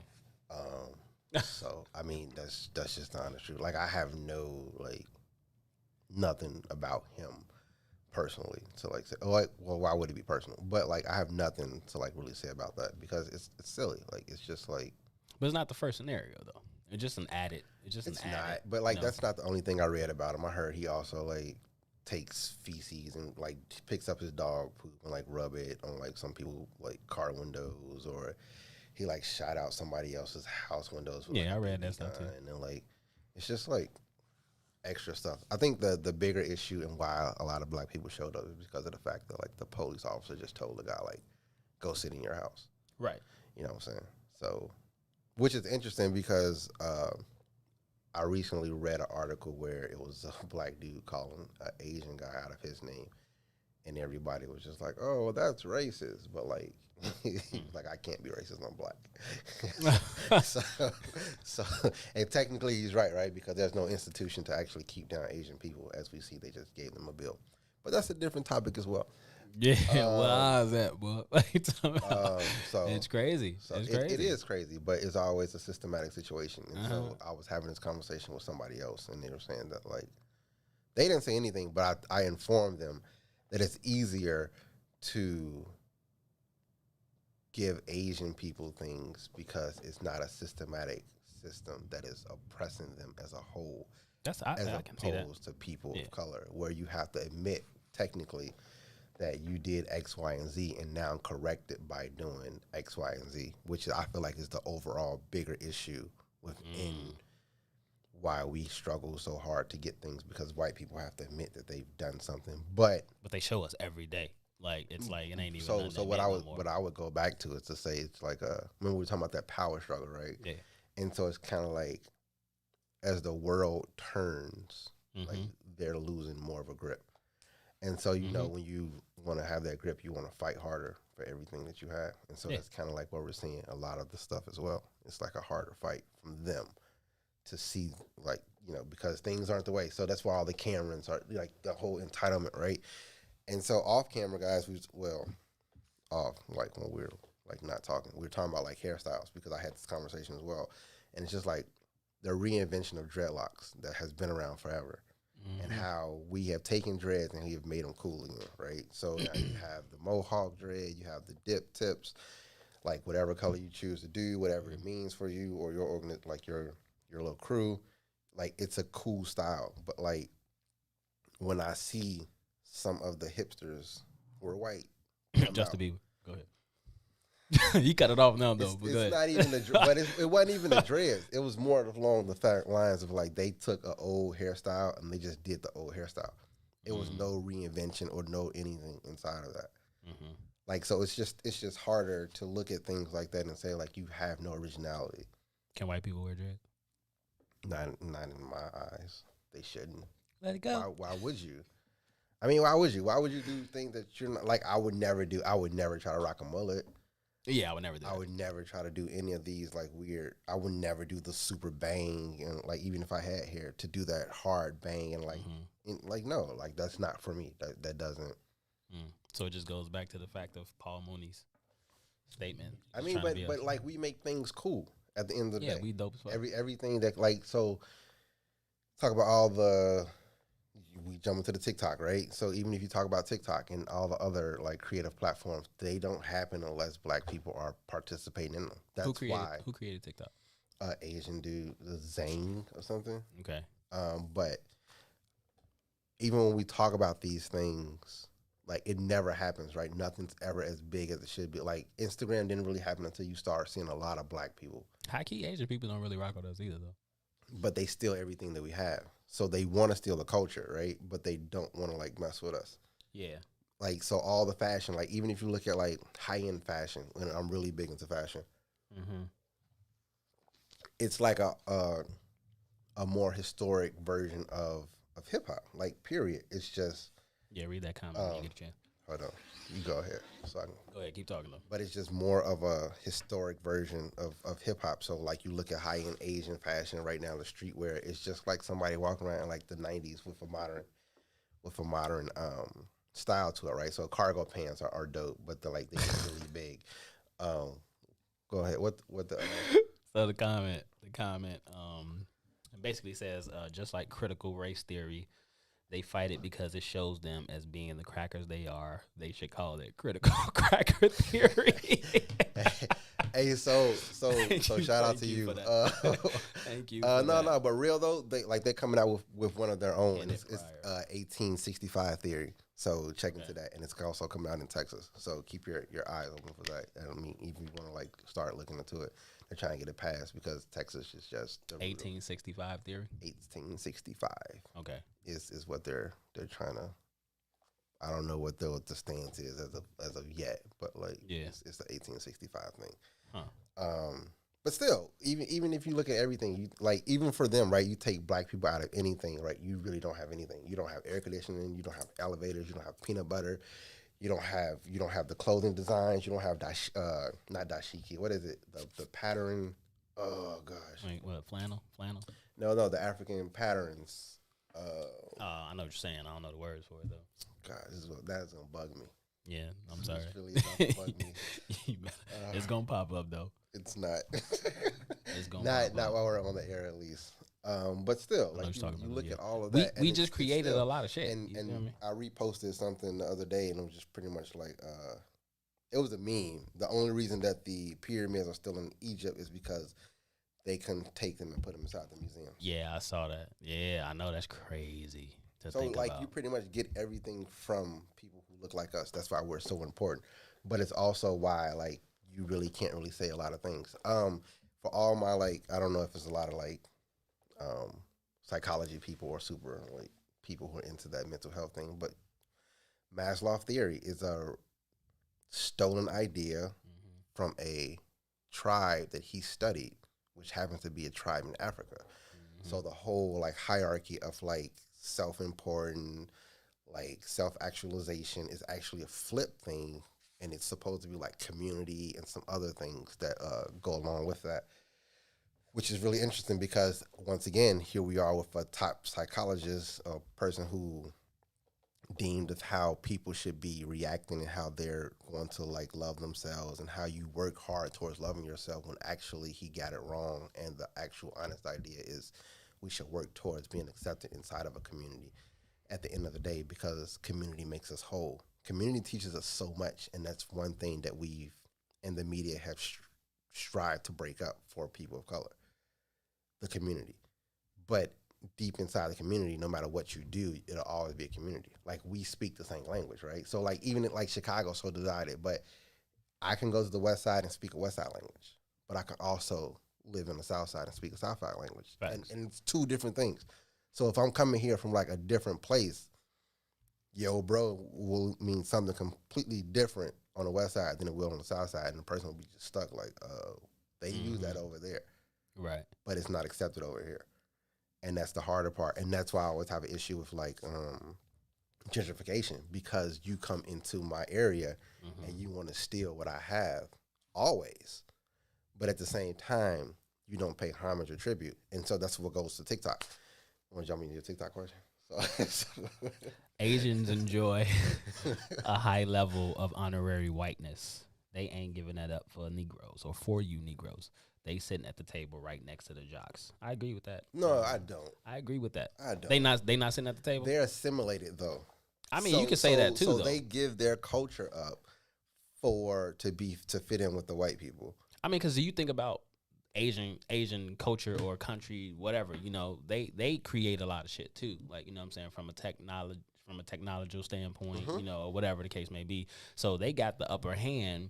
You feel me? In the case of, you feel me, sometimes, well, just use the United States as an example. Like, they low-key gotta, like, you know what I'm saying, work with them in a lot of different areas because there's so many brilliant-ass minds over there. Like, I ain't never been, you know what I'm saying? It depends, though, right? Because Indians are also Asian, and so they're, like, I'll say this. That's a good point, too. Because we're also talking about, like, more like East Asian, right? So, like, Chinese, Japanese, blah, blah, blah. But what I would argue is the fact that they give up. They've reached a certain level of where, like, we've had to give them, okay, even if we're just talking about that law that was passed or whatever, like, you know what I'm saying? They low key not, and so it's interesting, right? So they did that for them, you feel me, based off of the status that they're at, sitting at the table with the jocks. The status, though. It's about the perception. So the perception based off of that, I'll tell you this, right? Asians are growing, and they've always been a big population, but they're coming more towards the West, right? Fair. Which means that they will have more voting power, right? Okay. So if I can put you next to me, and I know that you'll conform and act like me, it's more of a voting situation for me than it is for anybody else. Because as long as I isolate you from the other people of color, you'll always vote white. Yeah, they still got leverage, though.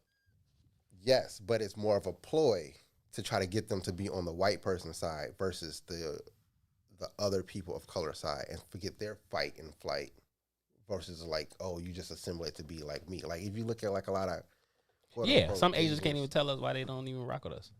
I mean, it's a traditional and it's a historic thing, though. I mean, you can say that too. It's the truth. But it's a white people got a lot of influence in that now, though. Right now, but it's only a certain population. That's true. Right? Because you still have poor Asians, you still have Burmese, you still have all these other people who have been overlooked. We're just looking at the ones that make it here. The ones that make it here are more white because they have the money to make it here. Gotcha. I mean, when you look at India, it's a caste system. Everyone from India is not able to come here. Yeah. But the ones that are able to come here are more of the wealthier ones who are more going to side with the white people and not side with just like people in general. But that also may be a shift, right? Because Asians were also the ones pushing for like Donald Trump not to be in office, according to TikTok. According to TikTok. I mean, it was a lot of stuff on TikTok, so I'm not gonna like downplay them for their youth movement. But like, I just, you know, I think the whole TikTok thing will continue to be interesting, specifically, and that's just to go back to, that's the same comment, but it was just to go back to the whole, and I think you talked about this earlier about the algorithms, right? Like when you try to search, when you try to search certain things or hashtag certain things that has any relation to do with black. So like black success, like, you know, it pops up that you can't you know, submit it, or black or whatever, like anything you hashtag. So that black. was their excuse. That was TikTok's excuse. When it comes down to the algorithm. Yeah. So I think it's full of shit. I don't necessarily agree with it. I mean, there's probably some truth to that from an algorithm standpoint and how, but I feel like with these apps, you kind of like have some say in how the algorithm can go. I believe. I just don't like the fact that you're able to put in white supremacy and white success, and that happened. But we can't put in black success. Can't put in black you know success. What I'm saying? And you said earlier how like, and I ain't disagreeing with you. Obviously, a definition is a definition. Like, you know, when you think about black, the word in itself, it you know, it relates to death, or, you know, things that are negative. Like, you know, negative, like, you know what I'm saying? Which even says a lot in itself about who we are as people. Like, you know what I'm saying? They have always looked at us from a negative standpoint. Like, you feel me? So maybe not that's always, but I mean, come on. Like, you know I mean, but they study from more like season. So they study from Moors though, which are also predominantly like black men. Right, but the way it was still the way like, that it's currently written. Right. Like, so like, let's say if Texas passed all their laws and no one challenges them, it'll always be written that the white person does X, Y, and Z. Yes. Or the white person has always done this. And until you do your actual research or actual like history, then you wouldn't really know that it was like black people, right? So like, think about like Christopher Columbus. Like, no one talks about the black person who was on the ship who navigated him, who actually helped him come here, right? Well, they ain't even teach us that shit. Think about Paul Revere, right? The one who rang the bell saying the British is coming. You think about like the black guy who was actually there with him, guiding them along these paths in the dark. Yeah, and we ain't learned that in his class. Or you think about the original like Statue of Liberty that was also black. We ain't learned that. Funny about that is I learned that through a song. Yeah, I ain't learned that in history class. Yeah, I ain't learned none of that in elementary school, boy. They kept all that out of the book. Right. And so what Jada Kiss say? What's when I hide something from a nigga, put it in the book. Yeah, exactly. Yeah. Because you know it was a time where, you know, either it was, you know, accurate or whatever, that they were just making an assumption that black people want to read. Like, you know what I'm saying? Fair. I mean, and they still don't. A lot of black people. A lot of people don't. But I feel like that number has probably dropped, changed. You know, we have a lot more. A lot more realistic black people. We very aware now. You know what I'm saying? You know, a lot of stuff. Yeah. I agree. Then opposed to what it used to be. You feel me? But yeah, man, it's a crazy it's a crazy world that we live in, bro. And I mean, but I'll just say I was always raised to challenge things, which is probably why I was so controversial. Fair. And I personally got that from like watching like the Malcolm X movie, and it's a scene where he was just like, everything the white man told you, you believed, and you never questioned it. And I was just like, damn. Mm-hmm. Right. And so like that's why I understood where the word black came from. And it was like, damn. And that's still the case in a lot of cultural things that we look at today. Even how we eat, how we, you know, exercise, how we do a lot of things that was written, you know, from a white's perspective, you know, and if you don't challenge a lot of things, how would you know if you actually supposed to be doing it that way or not? Like, you know what I'm saying? So it varies. It's very so I like when we, you know what I'm saying, debate a lot of shit and you challenge stuff, because it makes me open my mind up a little more to like, you feel me? Damn, that might be something to really look into. Like, you know what I'm saying? And I've always been a, you know, person who I don't just agree with, you know what I'm saying, something when I first hear it. You know, if it don't make sense to me, I'm already gonna be like, what?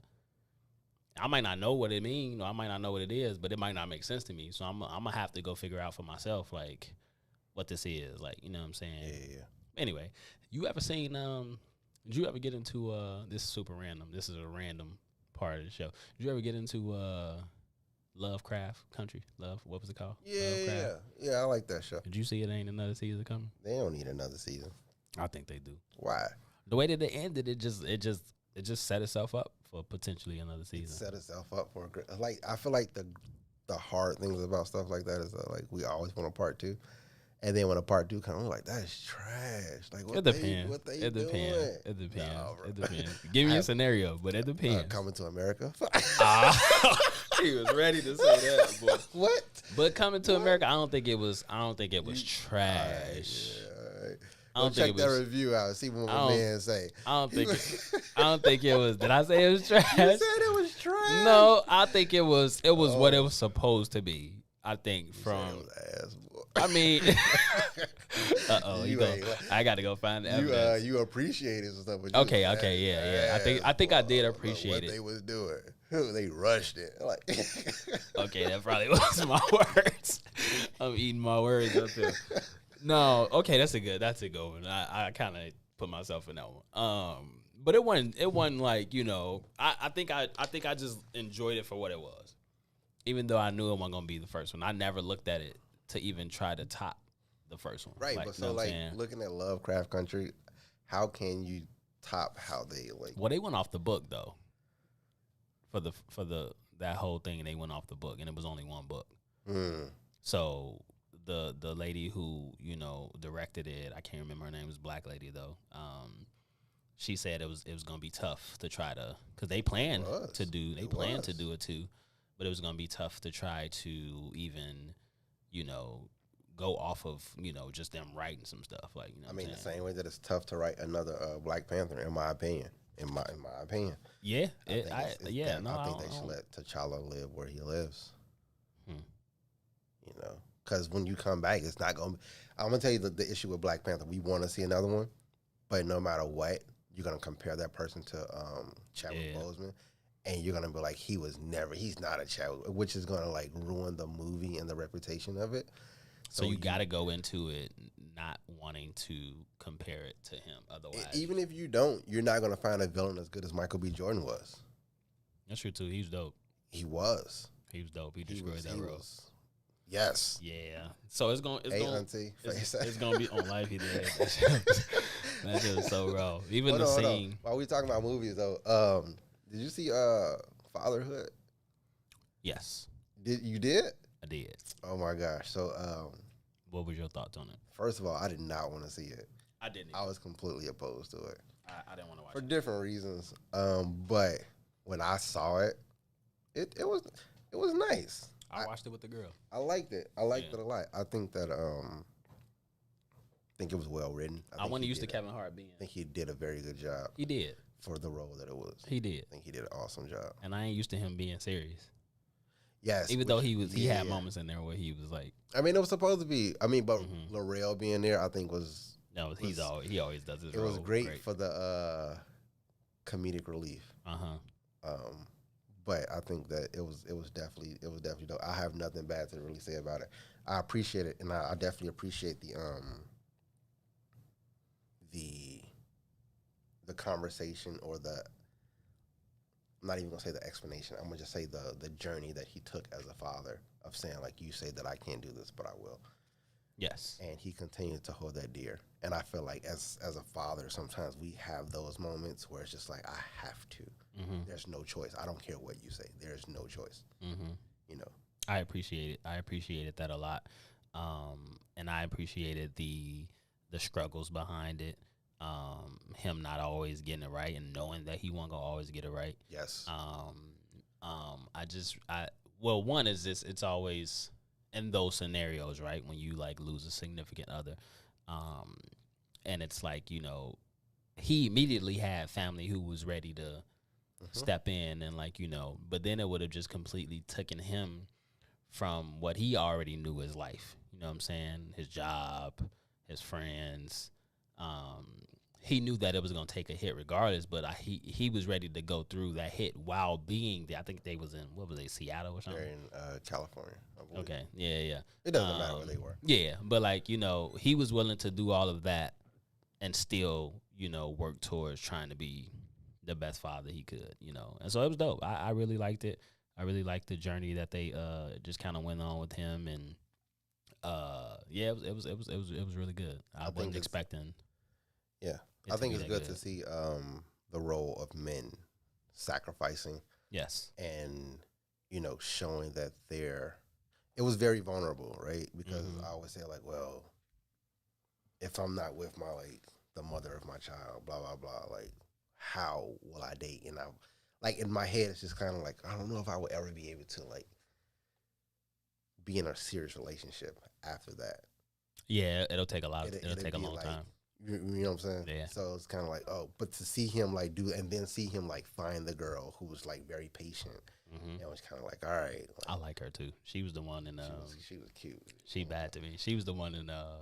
She did the She's Gotta Have It remake. That's her. She destroyed that. Oh, Yeah. She's nice. Yeah. I might watch that again soon, man. That was really good. I liked it. But to see that part and to see that part of the story and to see that like sometimes men don't always like they're not always so quick to jump out. You know what I'm saying? It's just like, oh, like yeah, my girl's dead, and now like it's time to move on. Like no, like he was very careful about what he did. He had to be. Who he brought around his daughter and stuff, and like that set like very personal with me because I feel like that would definitely be me. Like period. Like gotta be. Like no one would ever meet her, and she would be like, oh, it's just always us. I'm like, well, they gotta be just us. Like, cause you're not, you know what I'm saying? Like at the end of the day, and I also like the fact that he was very unselfish when he realized that she has to grow without him. And so, like, I only thought about that because when I dropped my daughter off to camp, that's fair. I don't get a hug or a kiss no more. She's just like, bye, and she's ready to leave, and I'm just like, well, what if you fail the COVID test? Like, so you that's funny you bring that up. And maybe I'll do this, but when I first experienced that, I was like, I'll say, so we got to come up with a handshake or something because so now me and my daughters, we got a handshake that we do every time I drop them off, every time I take them to camp, every time I take them to daycare, we do the handshake, and I make sure we do it just so it's like, because they be ready to just dip, you feel me? And I be like, bye, I just put my hand out, I be like, bye, and then they do the little handshake, and then we go about the way, you know what I'm saying? I just trap her in the car seat, and then I just make sure I hug her and kiss her. That's fair. That's fair. No, that's something to think about, you can't get out of time. Yeah, that's something to think about. So we do the little handshake, but so speaking of, since we on the topic of movies, but before we do that, who do you think get over relationships ending quicker, men or women? Like, who do you think moves on quicker, men or women? What do you mean by move on though? That's a tough one. Like just a breakup, right? So like whether it's a long-term relationship, whether it's a marriage. I think the perception is men. I thought it was women.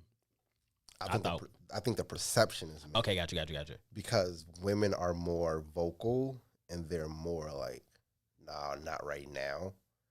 And they're like, well, I'm gonna embrace these, and the man is just like, well, blah blah blah. I'm just gonna run through the next couple chicks and I'll be straight. Fair, but he's never straight, and he never addresses those feelings, and he never addresses those issues. So at the end of the day, sometimes we can always see a man with like different women, whatever, but he's never addressed the honest and serious relationship that he was ever in. And so he's still carrying and like holding on to that baggage. Interesting. As always, right? Yeah, because we all as always, bag man. Literally, the bag man. That needs to be a song from Erykah Badu called Bag Man instead of Bag Lady. But anyway, so speaking of movies, I saw a preview today before we went live of a movie called She Ball. So basically, it's with Nick Cannon and a bunch of other like people. Nick Cannon, by the way, came out and said he purposely had all those kids, just so y'all know. Yeah, I saw that. Like, he ready to spread. I just, he could do it. Like, you feel me? I'm good, bro. It's Go a ahead, lot. She Ball, Nick Cannon. So before I elaborate on the movie itself, I'm gonna name drop a couple movies, and I want you to tell me what the significance of these movies are. You ready? Oh man, there's only a few. Save the Last Dance, Dangerous Minds, and Honey. What are the? Have you seen all of those, by the way? Yeah. Okay, so what is the significance of those movies that I just named? I mean, it's 1 point. Okay, so I'll put it to you this way. The one of the main characters of those movies, what race were they? Save the Last Dance. They were Save the Last Dance. Of a lighter descent. So I think because Honey was Latino. Nah, she white. Was she? Yeah, she white. I thought she was Latina. She might be. Anyway, that might be a bad one. I thought she was supposed to be like Puerto Rican. That might be true, or she might just be white, but just look like that. But I don't know, whatever. So, Say the Last Dance was the white girl. I think the character was white, but I think the girl who played Honey was white, but I think the character was supposed to be black. Okay, got you. Yeah, no. So, but let's just focus on the actual race. So, Jessica. Okay, so that was white. Jessica Alba is white. White. Okay, so Say the Last Dance was the white girl. I can't remember her name right now. Don't worry about Styles, it. Julia Styles. And then Dangerous Minds was Michelle Pfeiffer, white lady. The white saviors. Yeah. Thank you. There you go. So this Nick Cannon movie is a white savior. Nick Cannon was like a basketball player. He could have went pro, but he got like locked up. And they were trying to like basically gentrify the community, and he was trying to like do these different hustles to make money to save some like community center or something like that. Okay. And basically it was like an underground basketball tournament thing going on. I think it was like 2-on-2. Or maybe it was a team. But anyway, this white girl, somehow he found this white girl or something. She kind of came, but she could ball and she could hoop or whatever. And she basically, I don't know if she saves the day, but basically that was her role. And in some of the comments, people were like, why does Hollywood or whatever the case may be always try to bring these white saviors in to save the black man or try to save the day? Why is that always a thing? And those are just some of the movies. You feel me? There's more out there. I think because they think that's what happens. Yeah. In the black community, or I think that's just what they think happens. Does it? I can't speak for every person. I don't know. So, from your experience, do you think that's something that just like happens constantly? So I've heard more white people doing more harm to black people than saving them. So when you think about, and that's fair. So when you think about like white families who adopt like black kids, I have a problem with that. So that's not. That's what I'm saying. So what do you? That's almost kind of like, it's just not a movie. It's real life though, right? It's just not a movie. It's real life. So though, funny. Right? I was at the beach the other day and I saw 2 black women who adopted a white kid. I was just like, oh. They told you that? It was. Or it was obvious. It was obvious. Oh wow. It was okay. obvious. Okay, that's interesting. It was obvious. They kept calling him son. I mean, you can call anybody son, I guess, because in New York they do it all the time. But yeah, but they got to know what that means, though. You know what I'm saying? But they that's brought. interesting. They brought him to the beach. They had a picnic. I mean, I didn't care. That's interesting, though. It was interesting. I was like, oh, so this is your blind kid? And they're like, yeah. Well, I didn't speak to him. I was just pointing like that's their blind kid. Like, oh, so nice. so what do you think that comes from? Is it like a white guilt thing? The Is it white like savior? Yeah. I think it's. I mean, even in the movie perspective, but then again, even in the real world perspective, when you see, I'll say real world. Okay, more. use that. I think that every white person thinks that they're doing good when they're actually not, right? So the most dangerous person to ever keep in mind is the ones who are actually trying to help you as a white person, because they don't know how much harm that they're doing to you at the end of the day. So because they're also the ones who can possibly be the ones who are like, he did X, Y, and Z, and nobody will ever bat an eye or like question them about it. So it's complicated, I would say, at the end of the day. So you feel like no white people should ever adopt black people or black kids, or does it depend on the situation or scenario? I've seen some good,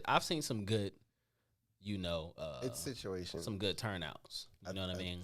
Yeah, but then I still have to question the fact of like, I always wondered why they did it though. How can you? I'll put this question to you then. How can you give me what I need as a black? First of all, we've had a conversation where it's just like women can't raise a man. Yeah. Cool. If we can apply that to a situation, how can a person who doesn't speak your language, who can't communicate with your people or communicate with you, fully teach you? Or is that not what we're talking about? No, Because we are. like- I don't feel think I don't think you can. So I feel like you have to, as a white person who wants to or has adopted a black child, I feel like I would hope that they have certain plans or close enough to people who are of color to involve them, you know, whether it's a school, whether it's a, you know, But the best schools aren't always the ones that have people of color in them, right? So Agreed. And then you look at that, and then the other. so it's always going to be a gray area. I don't think it's great. I think you can't really bring up or raise something properly that you have no business touching. Just personally, like I wouldn't have a cat raise my pit bull. The fuck. That's a good point. Like it's a fact. Like, and I get it. We're all human. We all need the basic things. But like when it comes to a black person, you don't have the basic things that you need because it becomes more and more complicated. And it becomes more and more troubling for you as a person because when it comes to identity, like it's hard enough to know my identity, who I am. Mm-hmm. You can't even represent or give me that as a person. We don't even reflect that. Now, I'm not saying I'm against people trying to save or help people of color. Mm-hmm. But what I'm saying is I double take. It's tough. I remember when I first saw what was that? Blindside, the movie Blindside? Oh, right. Which he didn't even want to happen. The actual movie? Yeah, the guy whose story it is, he didn't want her to do the movie. I forget his name. I can't think of his name. But no, when I first saw that movie, I think my immediate thought was Michael Orr. Yes, that's his name. Yeah. My immediate thought was I wonder how was that for him first. You feel me? Because I don't think he was originally playing football until they like got him to start. I think that he was like in and out. But no, he was mainly in the streets. But still, like he didn't want the story to be told, and he was old enough. Mm-hmm. The people I'm talking about aren't old enough. Like they're like 5, 6, or they're coming out like newborns, right? And white people are getting on some Angelina Jolie shit, right? But then look at the other lady who was in like she started off in Minnesota and then she went to Oregon, who like gave this black girl like these diseases and like set her up for all these things when nothing was wrong with her, but they had like continuous operations and gave her like all this medicine. And really, yeah, the white lady who did that, I think it was like a month ago, not even that long ago, but she did all that stuff, like created all these illnesses for her black daughter who she adopted. And I think it was like they adopted more than one. It was like several of them, and they just went from state to state because people kept calling DCFS on her and flagging her, so they went to a different state. That's extreme. It is very extreme, but it's harm, right? And so it's funny that you bring this up because I was watching a different podcast. That's fair. I feel like I'm always watching something or reading something. We got to stay educated. But I was watching a different podcast, and the people were saying that like the white people it was predominantly women, like calling the kids out of their names and calling like, oh, you stupid N-word and oh, you blah, blah, blah, but like you're white. Mm-hmm. Or getting upset with the male and like, oh, you dumb nigga, like blah, blah, blah, you blah, blah, blah. And like, and so it's just still, what are we doing? Personally, like I would never adopt a white kid. No, I wouldn't be able to do nothing for that child. I mean, I can do a lot for it, but I would never do it. From a culture standpoint, I don't know how to raise white kids. I mean, so, to be honest, they don't really have a culture, do they? But I mean, yeah. I mean, so they've dirty snatched a lot of them, but you know, it would just be awkward. I don't know. I mean, I feel like I don't really know if there's ways to actually do it. You know what I mean? I feel like everybody think you just give a kid its basic needs and it'll be great. And it'll work out. Right. But no one's really like, that's what I'm getting to. Like you can't really, I don't feel like it's really appropriate to adopt a kid. Even if you like, cause like you looking at culture, right? I still have to go back and ask people, what does that mean? Mm-hmm. And I'm black to other black people. What you just say? What's that? What lingo is that? So imagine a white person, not you know, like you're super outdated. You don't really know, and then everyone has biases and stereotypes. And when is that? How are you gonna like reflect that on your kid? How are they gonna come out? Who knows? Just thought it was interesting. I saw something the other day. Going back to that, always reading or watching something, and it basically said 3 things a man never forgets.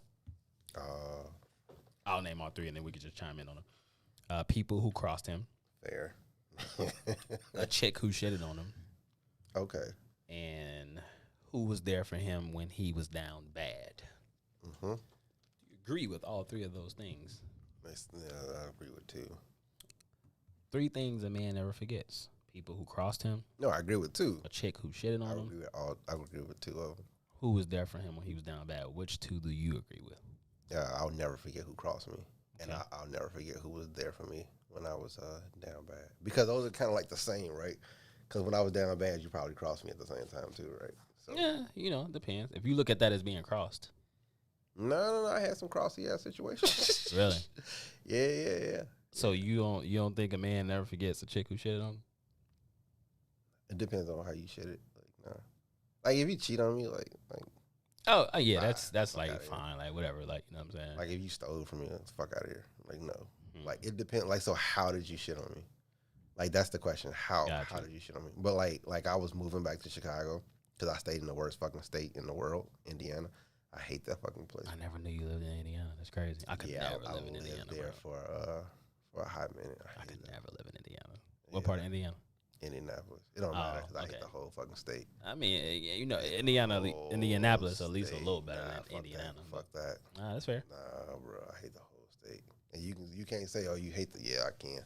Nah, you live there. I didn't, so I won't argue with I you. hate everything about it. I hate driving through Indiana just to go places. So like I don't, you know what I mean.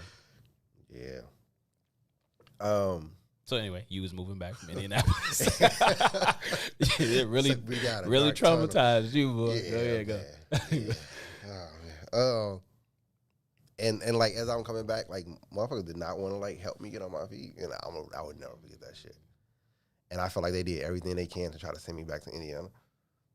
I feel like they did everything, like and like because my family went to Indiana, so like Okay. my mom, my sister, my brothers, like That's a weird thing that everybody I like, got family in Indianapolis. everybody I don't understand. relocate. Everybody decides to just go and relocate there, right, for their personal reasons. It's either there or Iowa, but anyway. And but back then it was like jobs and some, like Iowa had like factories. And shit. Yeah. I lost a lot of friends to Iowa. But anyway, Fair. It's fair. I knew some cool dudes when I was there. Got them plant job, just chill. Yeah, I just got a out there job now. now, bro. it's out there. Like, okay, you. I'm happy for you. You really must like Iowa. Go ahead though. Yeah.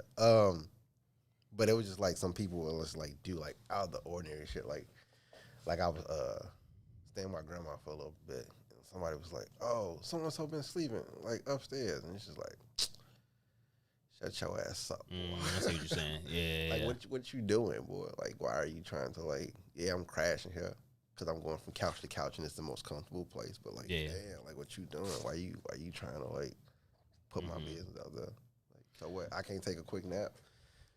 I think that's well, one, I kind of agree with yours too. I think with the whole chick thing, it really do just kind of depends on how you shitted on me. So whether we was in a long-term relationship or married or whatever, like, you know what I'm saying, it kind of still depends. But I don't think you can ever like. I don't know. I think it's when you put too much. I'm not gonna say faith, but too much like interest in one person. And I don't mean like interest like, oh, you shouldn't care about this person, but you like what they say, put the pussy on a pedestal. Like, type of situation. Yeah. And so like you're my everything, and then you like do something like I was so funny. I was watching Norbit, like Retribution, you cheated on me, like some shit like that. And then it's just like, oh man, like you just crushed me, bro. So. No, so that's funny. I'm happy you just said that because I wanted to ask you earlier. About Retribution? No, not about not about Norbit. Not about Norbit. But about do you think it's healthy? So you said when you put too much interest in a person or put the pussy on a pedestal, do you think it's healthy to have a rotation of women opposed to just dating one? Oh man. It depends on what your sex life look like. I mean, that's. I mean, because if you can't keep up with the rotation, what you got her for? That's true. You might as well just have friends that you just talk to. That don't work. Okay, so like it depends on what it does. If I had a friend that I talked like if I had a y'all chick, just like if fuck buddies or if something. I had a chick that I really wasn't smashing, but I just needed the chick for conversation, and we really wasn't smashing. Also, that would be her. That would be a friend or like blah blah blah for me to vent my problems out to and help me. Like, that would be her role in the rotation. Yeah. Like if we're not smashing, then like you might as well get a friend. Like so, it depends on like what you'll say. I feel like you should definitely have a. First of all, I believe in balance. Oh, And a lot of things can't really be balanced without like key pieces. So if you can't find a balance with that one person, then you definitely need more than one. Okay.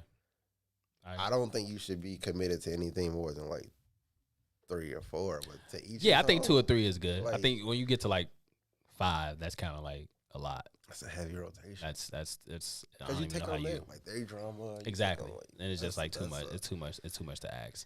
No, I was curious. You made me think about the question. I was curious, but I do believe in the abundance mindset, especially now. Like I think personally, I guess it's a little personal part of it for me, like experiencing what it was like to be in a long-term relationship and be committed to a person for such a long, extended period of my life, and having to revert back to, you know what I'm saying, the whole dating world again and what it looks like. And but it's interesting. I definitely believe that, you know, abundance in dating to start when you become newly single again. Let's say you were in a long-term relationship and then you become newly single again. I think it's important to to just have an abundance mindset and start really figuring out if you are a person that's like, you know, purple pill, quote unquote. You have to get back to that point. Like if that's something that you desire and want, like you still have to figure out who that person is going to be. And so in order for that to happen, you have to date people, you know, you can't just immediately get stuck on the one person you start dating again fresh out of a relationship, because it'll never be that right person in my opinion. But anyway, everybody looks at it differently. I feel like even going back to okay, so this is a scenario, this is a hypothetical scenario that's kind of like true too, but just going back to the 3 things that a man never forgets, you know, a chick who shitted on him. I had a friend who was dating a girl for an extended period of time, and and nobody really rocked with her like that, you know what I'm saying? Like it was just a lot of red flags, you feel me? And they eventually broke up. You know, he was doing his little shit or whatever, you know what I'm saying? But it wasn't to the extreme of the red flags that she presented, right? Fair. So apparently she got tired of the little shit that he was doing, or the lack of. She was ready to get the ring put on her finger and all of this, you know what I'm saying? And he wasn't really ready to take that route. Yeah, exactly. So basically she ended up like breaking up with him and like, you know, messing with another dude, basically shitting on him, you know what I'm saying? Breaking his heart. They was like living together, all type of shit, you feel me? He had to like go through all of this technical shit just to get her out of his crib, whatever. Long story short, it's almost like he forgot that all of that shit happened, because now this man talking about getting back with her, you know what I'm saying? Moving her back in, you feel me? Like, and it's like, bruh, 3 things a man never forget. One of them is how a chick shitted on him. You know what I'm saying? So like, you know, it's to each his own at the end of the day. For me, I feel like if a ex do me dirty, there's no way I could ever get back with her.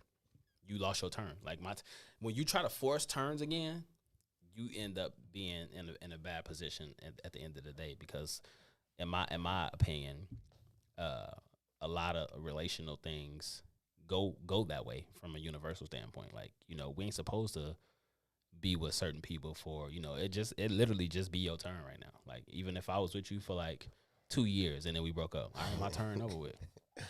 You feel me? Like, so that's how I look at it. You know, everybody look at it differently, but you know what I'm saying? Turn. I don't know. I just think that I don't think you should ever go back. Kim said dating these days. as an American Horror Story, laughing but very serious. I agree with that 100%, bro. It's a completely it's a completely different it's a completely different ball game. I mean, obviously, they expect y'all to put them up, and then you got to keep on paying when you don't mess with them. Yeah, nah, I ain't doing none of that. But it's a whole nother world, bro. It really is. It really is a whole nother world, and I'll never understand it unless it shifts back to what I remember it being. But I don't think it ever will. What you mean? What you remember? Chivalry? Yeah, I just remember there was levels of it. Yeah, like, you know what I'm saying? And we talked about this last week, you know, the whole women movement and feminism, and, you know, it just they just at a point where, you know, it just the audacity, you know what I'm saying? It was like, what? I mean, I just think you should be bold back. I mean, you know, Kevin Durant it. That's it. I mean, that's the only way to do it. Just it is the only way to do it, because, you know, and it's funny because we hear a lot about nice guys finish last. There's a lot of truth to that. You know, women really do like assholes. You know what I'm saying? And some don't. You feel me? But you still gotta have a little bit of assholeness in you somewhere. Yeah, like, you know what I'm saying? You just can't be all nice and, you know, oh no, I got this for you. Like, you know what I'm saying? Or just whatever. Like, it just gotta be a little firmness in there. And if you don't have that as a male, you gonna be still paying for rent and shit. I just think that, like, you just shouldn't been. Like, I'm not doing that. Like, so, like, with the whole food thing, right? Because it always come up. It's just like, all right, well, what you want to eat? Like, I don't know what I want to eat. I'm like, well, all right. Let me say you this. Sit over there. You figure that shit out. Because right. I'm about to eat these tacos. I saw this other day, and then we'll end. I saw this other day. There's a podcast or something I was watching, and basically the guy was saying how they was asking the girls if y'all just chilling on the couch, and your guy was like, hey, babe, I'm getting a little hungry. You're gonna make me a sandwich. And some of the girls are like, you know, oh, yeah, babe, I go do it. Like, you know what I'm saying? And there were a couple who were like, you know what I'm saying? Well, we just sitting here chilling. Go make your own sandwich. Like, you know what I'm saying? And my man's immediately was like, you know, if a girl ever told me that, she out of the rotation. I'm breaking up with her. Like, you feel me? Because it's like, ain't no point. It's like, you can't go make me no sandwich and we just chilling. Like, you know what I'm saying? Like, you feel me? I asked you a simple thing. So it sound like Fresh and Fit, but it probably was. I'm pretty sure it was. It sound like Fresh and Fit. I'm pretty sure it was. But it be those type of things where it's just like, as a man or as a male, if you ain't nipping stuff like that in the bud right away, you gonna continue to just let her get away with it. That's something that we should talk about. So the issue is, and they say it all the time, that we have modern generational women, but they want 1950s men. Yes. That's it. Yes. I ain't even got to expound on that. It's just it's I told you it's a different time, bro. But it's not, because at the end of the day, like, we go catch up and then they're not gonna like it. Yeah, I mean, we're not too far. Like, it just, I think a lot of men are still pretty far. Yeah, I've seen even just like that story I just told you. It's just like, bro, like there's no way. There's no way. You do me dirty like that, we done for. There's too many women in the world, bro. Like, and she not even that, bro. Like, it's just like, bro, you. Oh no, she had a pretty face. Oh, you talking about a girl? I was talking about the story I told, but it's the same. It's just like, yeah, it's just like, bro, she not even that, bro. Like, you tripping. I mean, but maybe it's the emotions and the love that's tied to it. Like, you know, he said that, but like that, I'm not buying that. I mean, but I would never. I mean, but at the end of the day, if you leave me high and dry, I would. You dump me, bro. It's over. Never. It's over. Anyway. Depends on why you dump me, though. If you dump me because I wasn't motivated and you never mess with nobody else, that's a difference. But if you dump me to go, like, mess with somebody else and then you try to come back because it ain't work out, then I'm like, nah, you can stay your ass out there. There's more to the story. I'll tell you off camera. But we appreciate y'all tuning in. You know what I'm saying? Again, if you're new to the channel, make sure y'all go follow us on Facebook, Two Vegetarians Eating Chicken. Make sure y'all go follow What's in It for the Black People Media on Facebook as well. It's your boy, Mr. Lingo himself. The man who always got something to say. It's your boy, Fly Sweater KJ. Make sure y'all go follow that IG too, man. And the YouTube. Like, comment, subscribe. Two Vegetarians Eating Chicken. We got more comment over there. More content. Thank you. Yeah, it's time to go eat. You know what I'm saying? I want Puerto Rican food. You know what I'm saying? We're going to see what we're going to find that at. But anyway, man, we appreciate y'all. Thank you for tuning in. You know what I'm saying? Holler at us next Thursday from 3 to 5. You feel me? As always. Peace. Add up, add more. Count money, smoke dope. Count money, smoke dope. That's what I do the most. Add up, add more. That's what I do the most. Styling on you, ho. That's what I do the most. Remember I was broke. Not no more. Count money, smoke dope. That's what I do the most. Add up, add more. That's what I do the most. Styling on you, ho. That's what I do the most. Remember I was broke, but I ain't no more. My